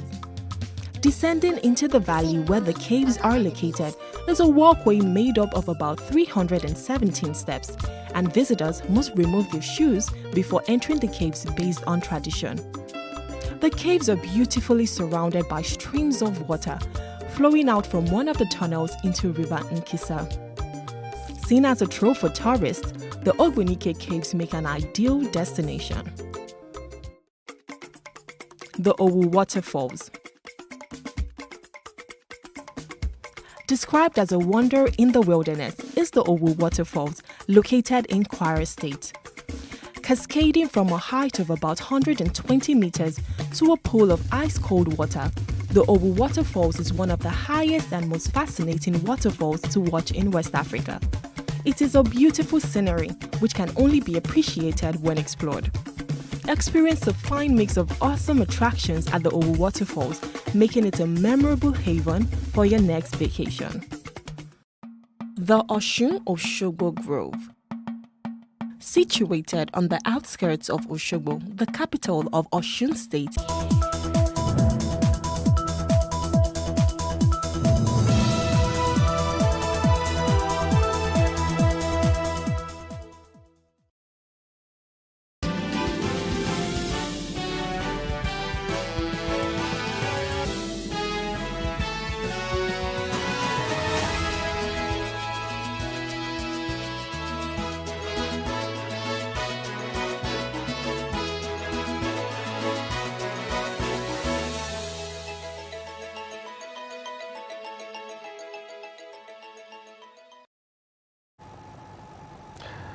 Good morning. My name is Nyamgul Agaji. This is the news brief. Supporters of the New Nigeria People's Party, NNPP, have continued to protest the appeal court's judgment that sacked Governor Abba Yusuf of Kano State. But this time, it was the women, the supporters of the party, who took their agitation to the police headquarters in Kano to protest what they called an injustice by the appellate court. Although police authorities in the state have warned against protests, these women in their hundreds carried placards with diverse inscriptions and marched from the residence of the party's presidential candidate in the 2023 election, Rabiu Kwankwaso, to the police headquarters on Sunday. They are calling for justice, insisting that Governor Yusuf won the March governorship election in the Northwest state. Some of them have also gone spiral, or spiritual rather, as the protests continued. The most recent protest, coming about a week after the court verdict, is the third since the appeal court sacked the governor of the state over what it termed his ineligibility to contest the election. Over 1,000 indigents in Nasarawa state, including women and youth groups, held a peaceful protest in Lafia against the recent judgment of the appeal court in Abuja, which pronounced Governor Abdullahi Sule as the winner of the 2023 governorship election. The incumbent governor filed an appeal to set aside the judgment and affirm his election. The protest lasted 3 hours and included placards with inscriptions like, "The law should protect us on merit, not technicalities," and "Please save our democracy." Authority to prevail over mere technicalities. Let this be a moment for the Supreme Court to reiterate its commitment to the principle of democracy and protect the rights of indigenous people. We implore the Supreme Court to correct the injustice and enforce the true will of the people of Nasarawa State.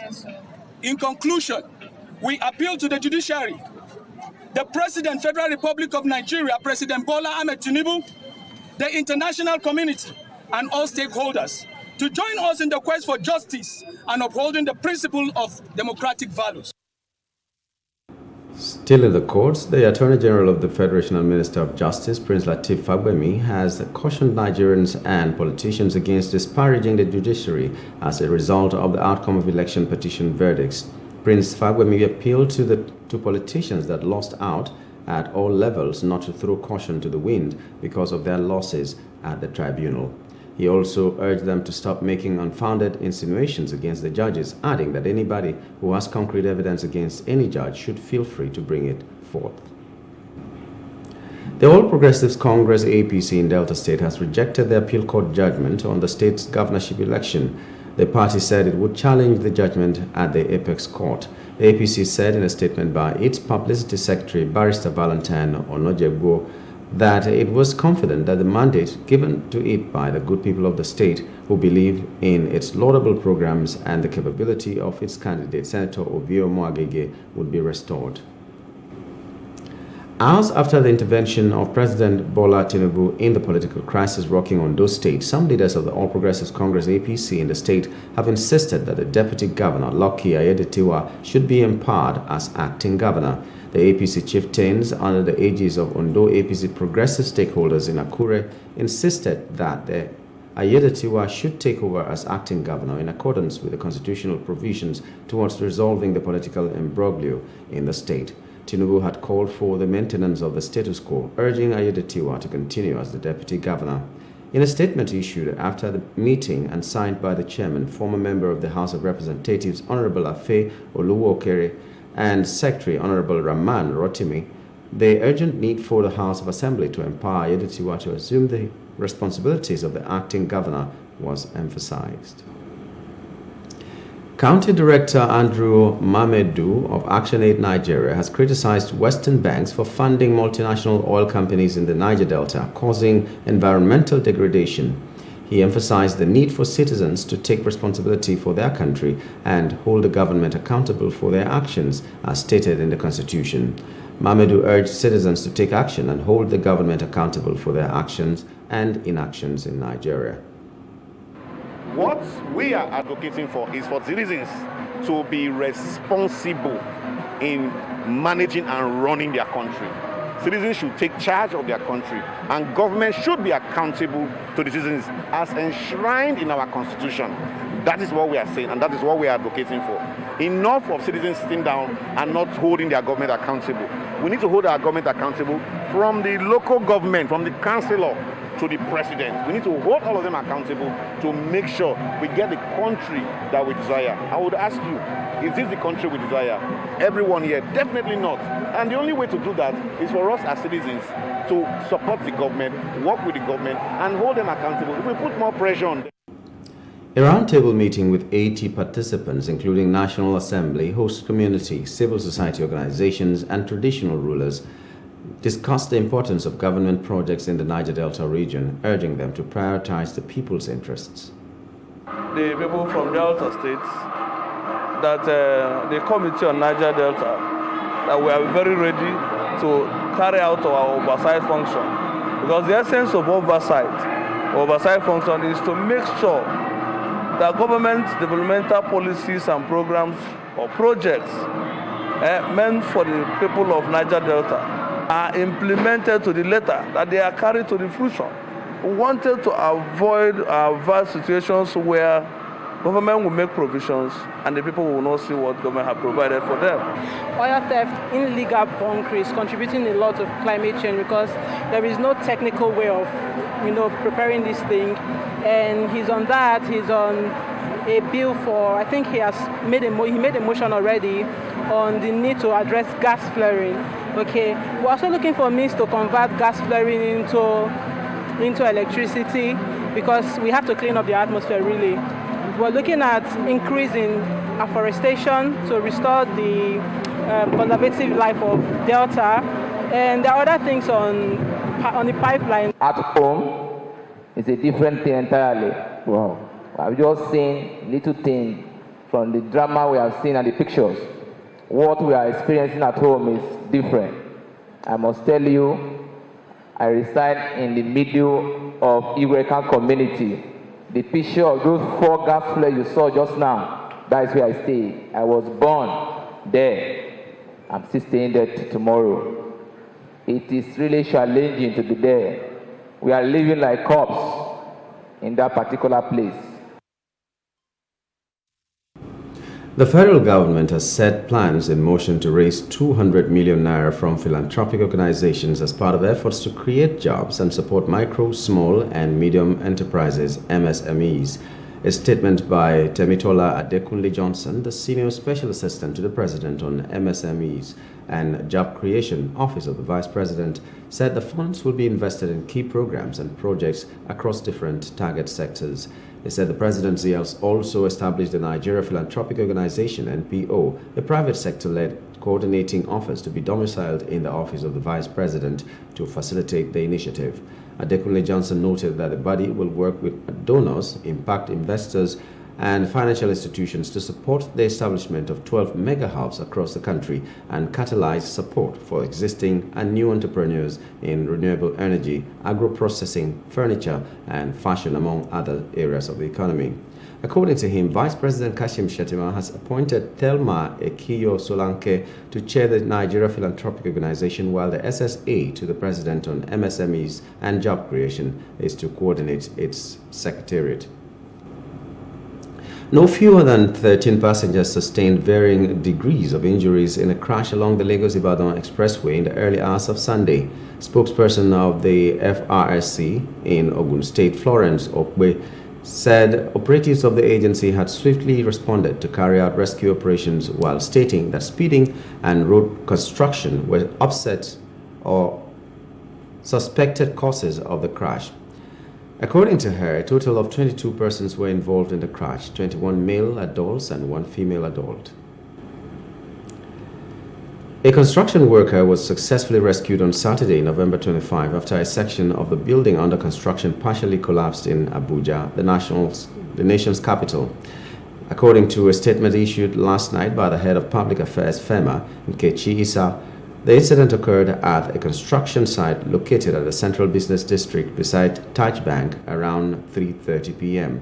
The victim among the workers involved in the casting process was on the first floor when the entire cast collapsed on him. The desire to tie down the new administration financially, amongst other revelations made during investigation. A number of those employed were found to have suspicious or forged certificates, while many non-indigenous were employed in spite of a large number of qualified unemployed indigenous roaming our streets. The employment did not take consideration of the actual manpower need of the respective ministries, departments, and agencies, but was influenced by the desire to tie down the new administration financially. That those employed were wrongly placed through deployments to non-career posts or the calling of their respective qualifications. That there were gross underemployment, where officers with higher qualifications attracting senior cadre were employed on the junior cadre of the service contrary to the needs of the MDAs and approval granted for such employment.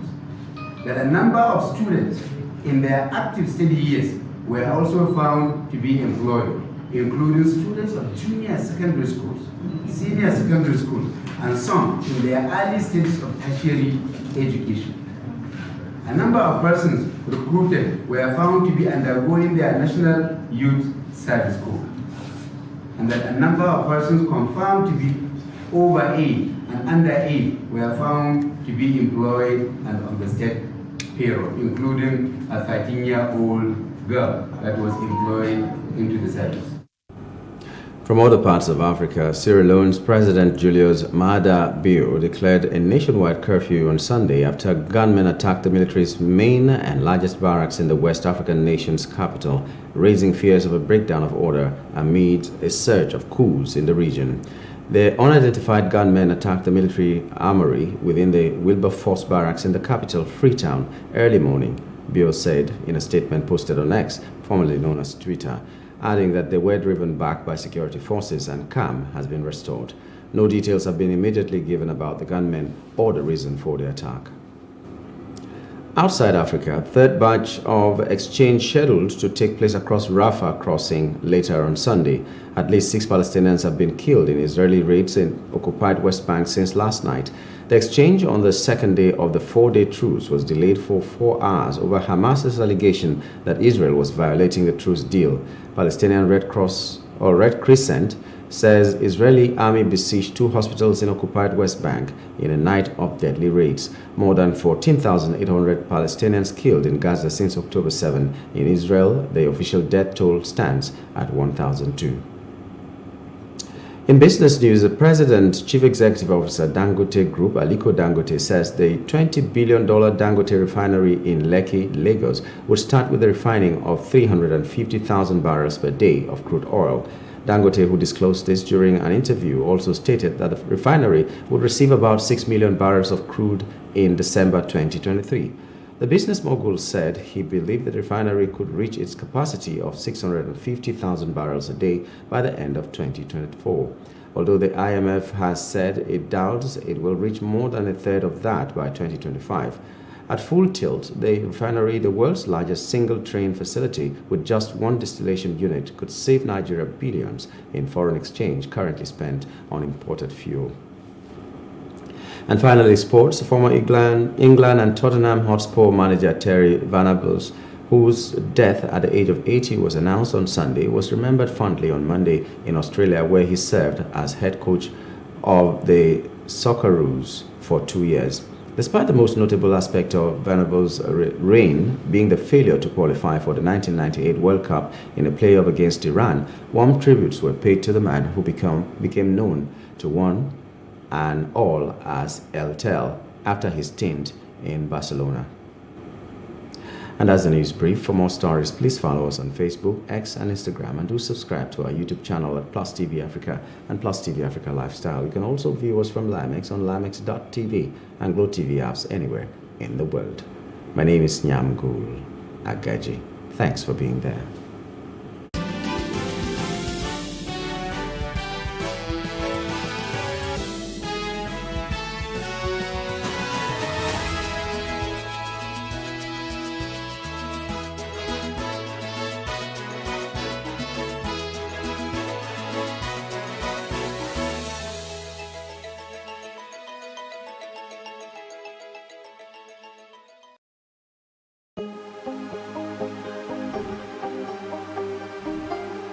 It for upcoming artists to blow in Nigeria.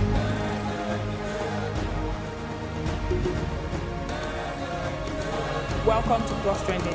I am Bookie November, your host, saying thank you for joining us on today's episode. Welcome back. It's tea time on Plus TV Africa. Practice makes perfect. I'm not perfect yet, but I'm a lot better than I used to be. He's a king. He's entitled to marry 100 if he wants to.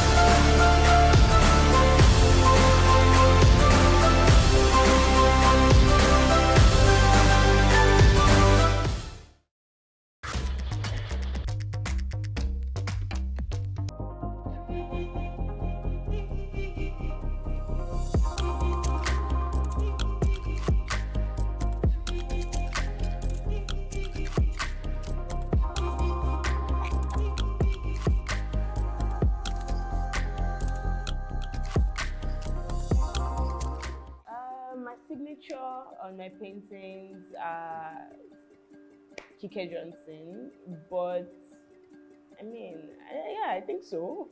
Thinking about it now, I'm not even sure, but yeah, I think so. Most of them have my name on it, apart from my fashion brand though. My name is Kike Lomo Johnson. I am a visual artist and a fashion designer. My art is inspired by a lot of things, by Black women, by colors, animations, different things. A lot of things that like inspire me, but I naturally enjoy drawing Black women. I think it's amazing. Yeah, sometimes I have artist block where I want to draw something but I can't. I just get like, okay, I don't know what to do, or I just get, it's just a block, you know. So sometimes I have to get out of that phase by either drawing something else or creating something different, or maybe getting inspiration from something else totally different from what I am doing at the moment. So that way I get inspired again and I get to draw and actually do something. Black women are amazing, number one. We have a lot of amazing features. You know, as an artist, there are different things I see. Like I can see someone's face and I'm like, oh my God, I need to draw that, the angle, you know, just different things on the face that makes it very interesting, you know, to visualize and to draw. You know, and then we have different skin tones. So it's just amazing to see how you can blend colors together to get a particular tone, you know, and you can have 5 different women with 5 totally different skin tones. And it's just, every time I see someone, I always look through, you know, look at those things, the shadow, the light, you know, and all of that. I think I enjoy the process most about expressing myself through art. I enjoy how it's done. I enjoy seeing the finished product. After spending like 6 hours drawing something, I'm like, okay, I think we're good to go, you know. I enjoy the entire process generally. I just like doing, so there are days where I don't want to create portraits. I draw maybe something minimal. I can do like a minimal line art. And it's okay, this is all I'm doing today. You know, and I enjoy the process of that. That might take me 30 minutes, but I still enjoy going through that process.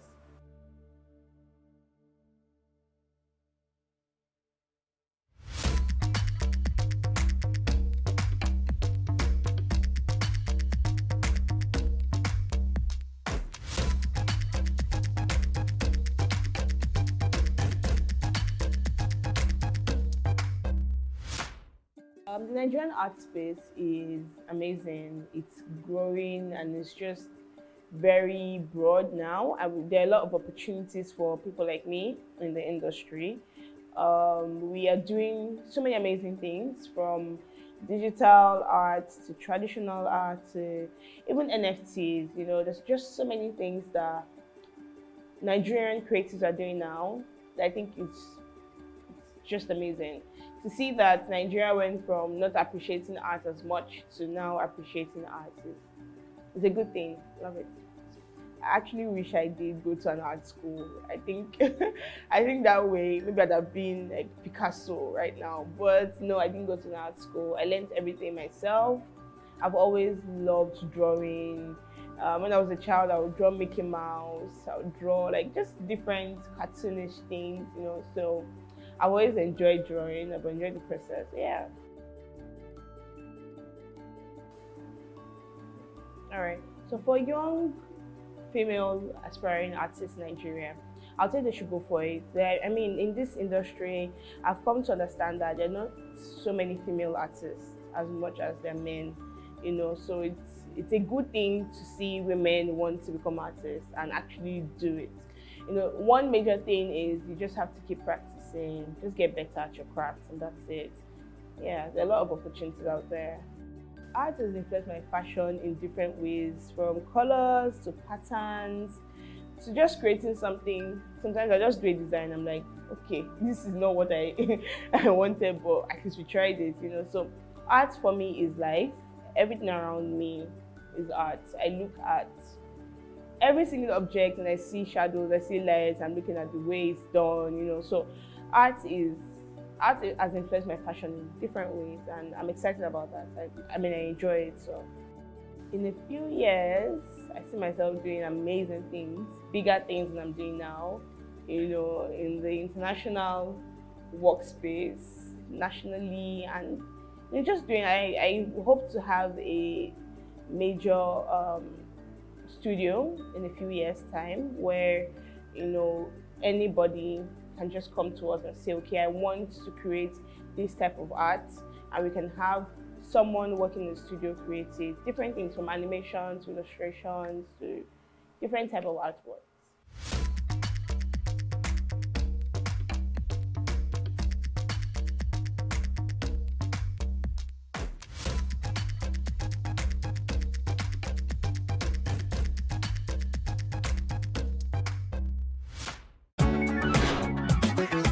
Lagos, the commercial capital of Nigeria with 351,861 hectares of land, is the authentic home of every tribe and tongue in Nigeria.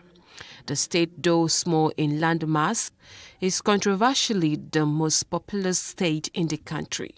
One of the neighborhoods in the state is Obalende, located in Etiosa local government area. The area is strategically a historic site because before the relocation of administrative capital from Lagos to Abuja, it was the seat of power of the military head of state, the Dodon Barrack.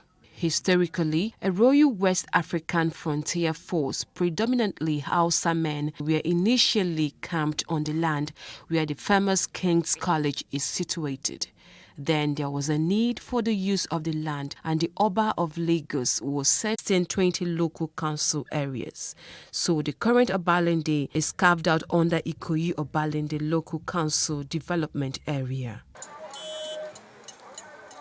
Ikorodu town is another historic location in Lagos, located in the northeast area of the state along the Lagos Lagoon and shares a boundary with Ogun State. Currently, the town houses Ikorodu local government area and 5 local council development areas. Kabiru Shotobi is the king of Ikorodu, a shortened word from Oko Odu, which literally means Odu farm. The current metro area population of Ikorodu in 2021 is 989,000, a 5.44% increase from 2020. Trading, farming, and manufacturing are some of the things Ikorodu is known for. Ikeja is the capital of Lagos State, formerly called Akeja. It was named after a deity of the Awori people of Ota, who originally settled there. The area was invaded for slaves until the mid-19th century. Ikeja, an abbreviation meaning of Ikorodu and Ekpe joint administration, was coined by colonial Ota village and home to a shopping mall known as Ikeja City Mall, which is the biggest mall in Lagos mainland and also has a cinema. These are some interesting places that make Lagos a world-class destination.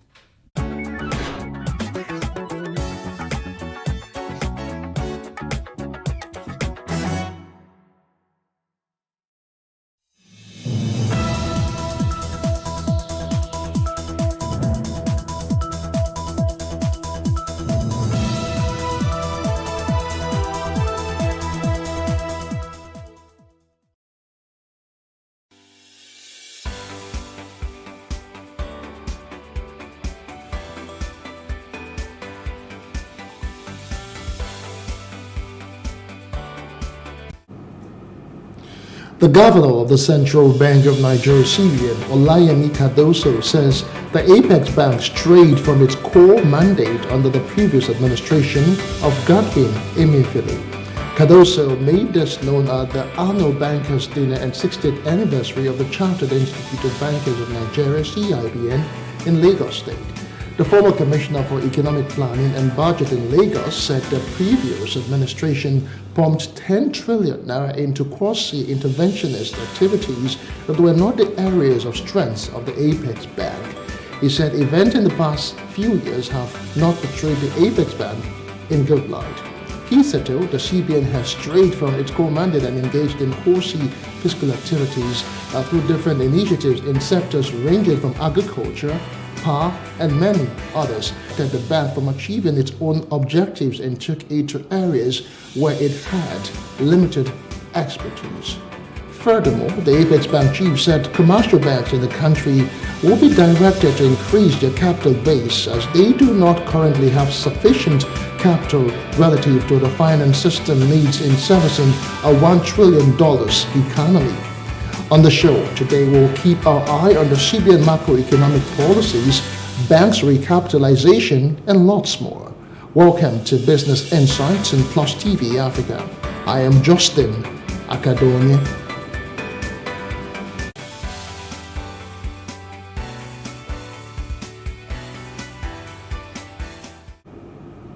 Now, in the wake of the biting effect of inflation and its impact, Nigerians have been advised to invest in real estate as it is the best way to shore up economic losses.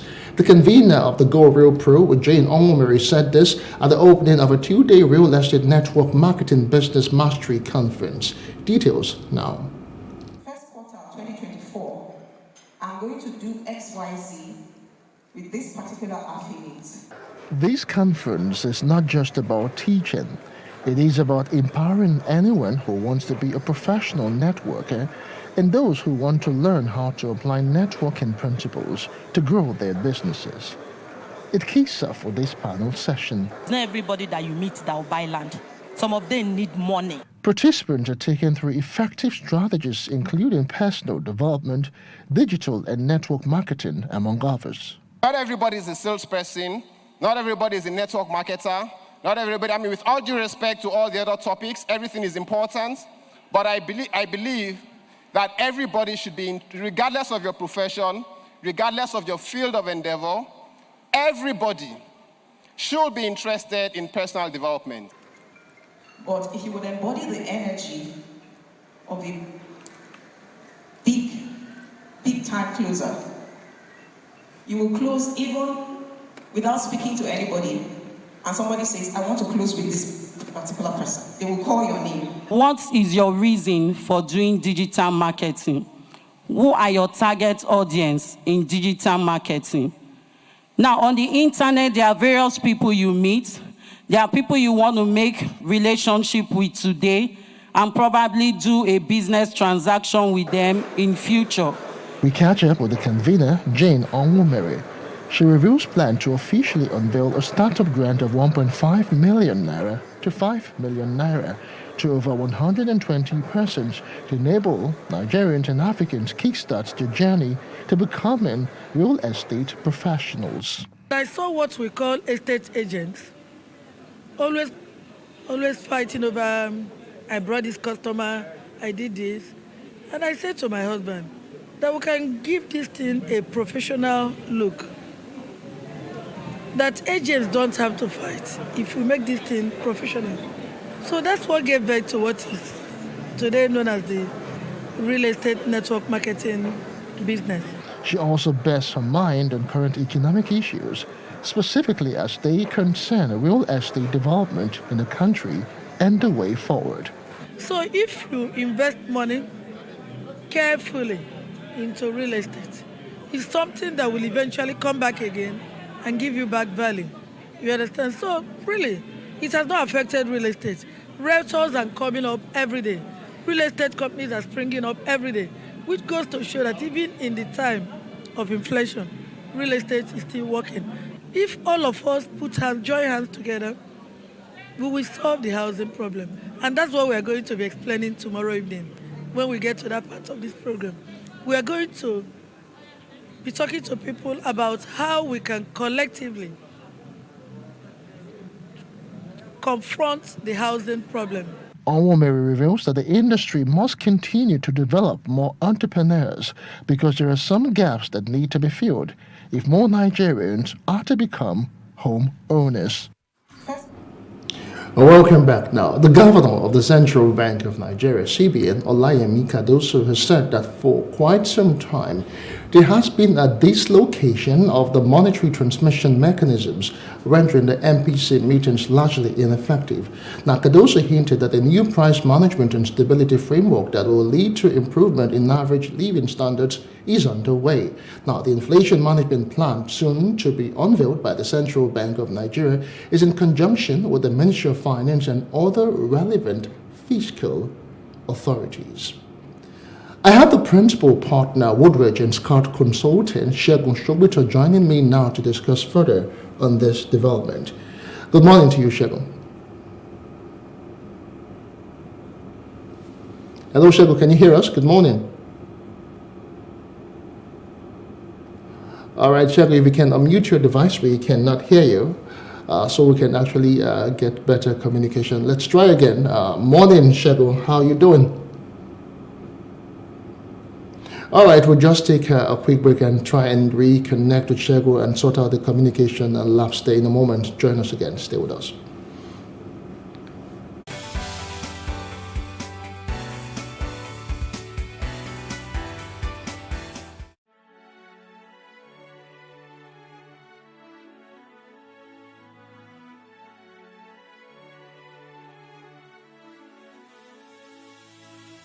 It is engagement we need to have. Those who suffer miscarriages are never taken into account. Members of the National Assembly are also influence peddlers. You are sitting on Nigerians' money. From the Babin, I pay my rent. From the Babin, I send my children to school. A consultative engagement. No any tangible notification before they ban us. It's one thing for people to be at your back and the heat of the moment, and another thing for them to still be with you when push comes to shove.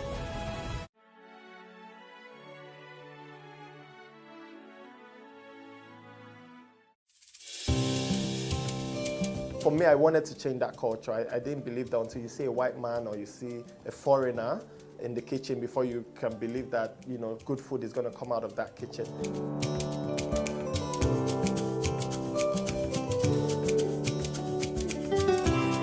You can leverage on each other's spaces and, you know, sell. We believe in Nigeria, right? We believe that Nigeria can get better. We, the youth, are the ones that can make it better. And my products are proudly made in Nigeria.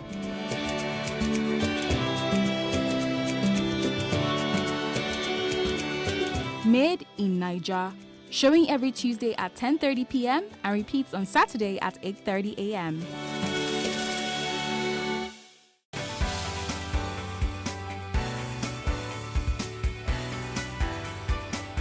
Welcome back. Now, I have the principal partner, Woodridge and Scott Consulting, Segun Sogbito, joining me to discuss more on the recent CBN governor's postulations. Many thanks for joining me, Segun. Inroads made at the weekend by the central bank governor, Yemi Cardoso, and he has said that his predecessor pumped 10 trillion naira into quasi-interventionist activities that were not the areas of strength of the Apex Bank. How do you reason this aberration? What exactly went wrong? Okay, thanks for having me again. The speech of the central bank governor, the new central bank governor, was quite interesting. It was extremely engaging, and it was something that, you know, everybody that plays in the financial sector would need to pore over and run through. There was a lot of messaging, and then there were also some things that were not said, but that, you know, that were kind of alluded to, that it's important that the markets understand. Talking about, you know, the activities of the CBN prior to his assumption of this office, describing you know, those activities as an aberration may not be entirely correct, and I am a bit concerned at what appears to be an attempt to demonize the central bank. You know, we have to remember that the central bank is an institution; it's not a person. And the central bank of a country is the central bank of that country, regardless of who the central bank governor might be. Saying that the CBN went outside of its mandate got distracted, and all of those things may not necessarily be true. So if you look at the things that the central bank was doing with a lot of the policies of the former CBN governor, I think a lot of his policy actions were a big problem for the economy. But I don't think one of those problems was the interventionist activities of the CBN. I think those activities were necessary, given where the Nigerian economy is today. The Nigerian economy is in a crisis. And we have to recognize this. We're in an economic crisis. An economic crisis that can be likened to a situation of a country at war. It's that serious. Inflation is out of control. Exchange rates, volatility is out of control. You are having 30% swings in the value of your currency within a matter of days. This is an aberration. There is no economy that can survive that kind of volatility, right? So and these things have been in our situation for a while. When you run an economy in crisis, interventionist activities by central banks is not an aberration, it's not unusual. And I can give you examples. During the COVID pandemic, 2020 and 2021, all central banks across the entire world, the Federal Reserve, the UK Bank of England, the EU Central Bank, the various country central banks did provide financial intervention programs to fund and boost development and growth, because economies were suffering from potential decline into recession on the back of the decline in economic activity during the COVID pandemic. That's one example. Central banks got directly involved in creating funds and providing those funds to households, to businesses, small businesses, medium-sized businesses, large corporations. The central banks in those countries provided that. You can go back as well to 2007, 2008, the global financial crisis. The central banks across the world provided bailout funds. So this thing that the CBN was doing under Emefiele in the last 3-4 years, the Anchor Borrower program, the various intervention funds to the aviation sector, to the energy sector, is nothing new. In fact, the Central Bank of Nigeria, before Emefiele, 2010, I remember vividly, had a manufacturer sector intervention fund that was specifically targeted at medium-sized manufacturing enterprises that had run into crisis and that had loans that were crippling the banking sector. All right. The CBN provided intervention funds to bail those manufacturers out and then to help them revamp their businesses. So when a new CBN governor comes on board and then tries to create the impression that the actions and the activities of the central bank prior to his assumption were abnormal, they are an aberration, they were a distraction, it's not true. It's not true at all. And I wonder what the objectives are. I think what we need to see is the central bank today providing policy direction for the entire economy, monetary and otherwise, to lift us out of the problems that we're seeing now, to curtail inflation as a matter of urgency, and to at the same time boost growth. Those two objectives are very difficult to balance, but they must do it. All right, Chego, let's still examine some of the things that he said specifically concerning inflation and other macroeconomic indices. The MPC meetings, he actually talked about that and the outcomes, and he said the outcomes have actually been largely ineffective, showing that a new inflation policy would actually be taken over time. I just want to get your reactions concerning his statement concerning the outcomes of the MPC and how ineffective they have been. Yes, I agree with the central bank governor that the MPC interventions via the traditional monetary policy rate instruments to try to manage inflation has been ineffective. And I've been singing this like a canary for the last 1 year. I've been asking the central bank to stop relating with inflation as though it was just a monetary policy issue, a money supply issue alone. because it's clearly not the case in Nigeria today. So yes, the CBN government is absolutely correct that the MPC pronouncements have not, curtailed the inflation effectively over the years. In the last 24 months or thereabouts, we've seen inflation continuing to increase month on month, except for December. So clearly something wasn't working. So he's correct. Now, what will the solution to that be? I found it a bit curious and maybe worrisome that he did not provide a clear statement with regards to what is happening to the NPR or to the NPC in that speech. All he did say was that they are not holding the NPC meetings for 2 consecutive times now is not in contravention of the law. So, but he did not say what would happen. Are they going to maintain the standard practice that we've had with our central banks of having NPC meetings every 2 months as against once a quarter as provided by the law? And having it every 2 months as against once a quarter is obviously also not against the law. That was being done because the central bank realized that the interventions needed to happen more frequently than what the law provided. But you said you are not breaking the law by not holding the NPC in September and by not holding it in November, but you have not told us when you will hold it.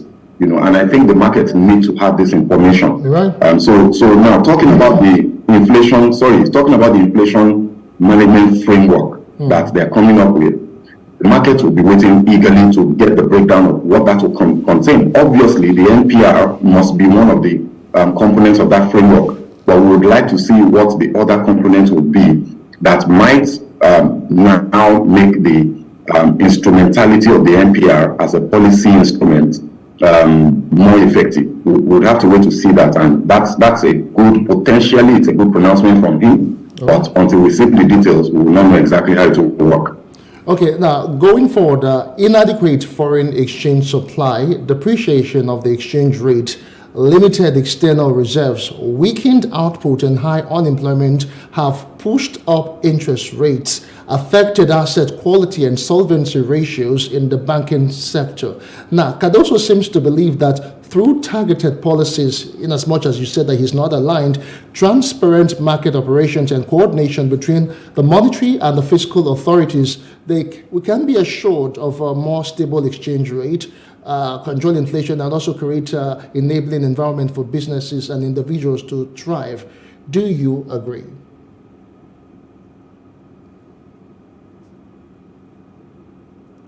All right, I think we've lost Shego there. Shego, can you still hear us? Okay, a whole lot was said by the central bank. Can you hear me? Please go ahead. Did you get my question? Yes.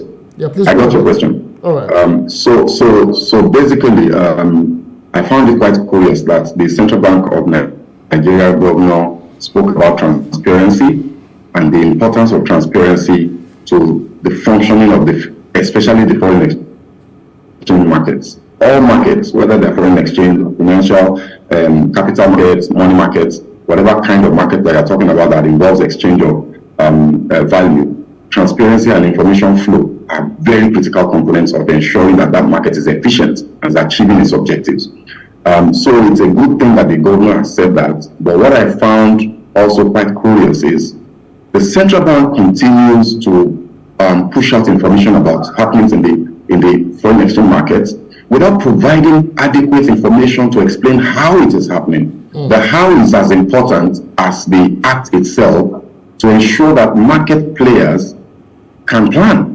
They understand what is happening and why it is happening. So if the CBN says, for example, that backlogs are being cleared, with banks, with the issue of forward contracts and all of that, and with the issue of maybe the airline backlogs, if the CBN says on a week-by-week basis we're clearing these backlogs, I think it is absolutely critical that the CBN provides the how.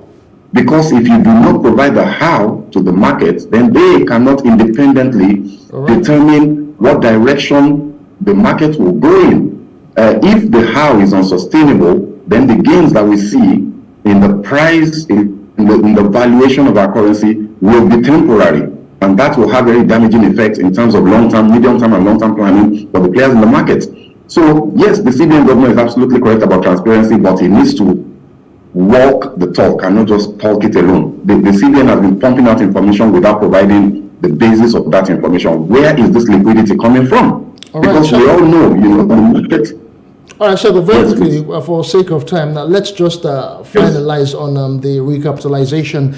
In 2004, commercial banks were asked to recapitalize from 2 billion to 25 billion naira. Remember the mergers, marriages of misfits, and a whole lot of that came out of all of that. Now, 19 years on, there are plans for banks to boost their capital base to meet with the expectations of a growing economy. I just want to quickly get your thoughts concerning this recapitalization for commercial banks. Well, I mean, look, if you want to grow your economy to a 1 trillion naira economy in about 4 or 5 years, there is nothing wrong with saying that your financial systems must also be stronger, must develop the capital capacity to fund and drive that growth. So asking for a recapitalization is not necessarily a bad thing. To have a significant say in how they go about achieving this recapitalization. So regulation must provide guidance rather than compel action. And I think if we do that, then we will definitely achieve the gains that the CBN governor spoke about and will be trying to achieve. So any challenges on the part of the commercial bank themselves in terms of mergers, acquisitions, or any other ways that they want to go about that? Absolutely. It's capitalization would happen either by virtue of mergers, acquisitions, or by raising of new capital. Whichever one of those options that you look at, it's not going to be a walk in the park. Depending on the quantum of increase, the quantum of change that the CBN will be imposing on the banking industry, it might be easy and it might not be so easy. At the bottom of the pyramid to the poorest of the poor in the economy. All right, thank you so much, Segun. We'll just have to let you go because we are completely out of time. Segun Sogbito is the principal partner at Wood Regents Court Consulting. Many thanks for being a part of the show. Always a pleasure. Thanks for having me. All right, that's the size of the show for today. I am Justin. Academia Business Insight returns to your screen same time. Bye for now.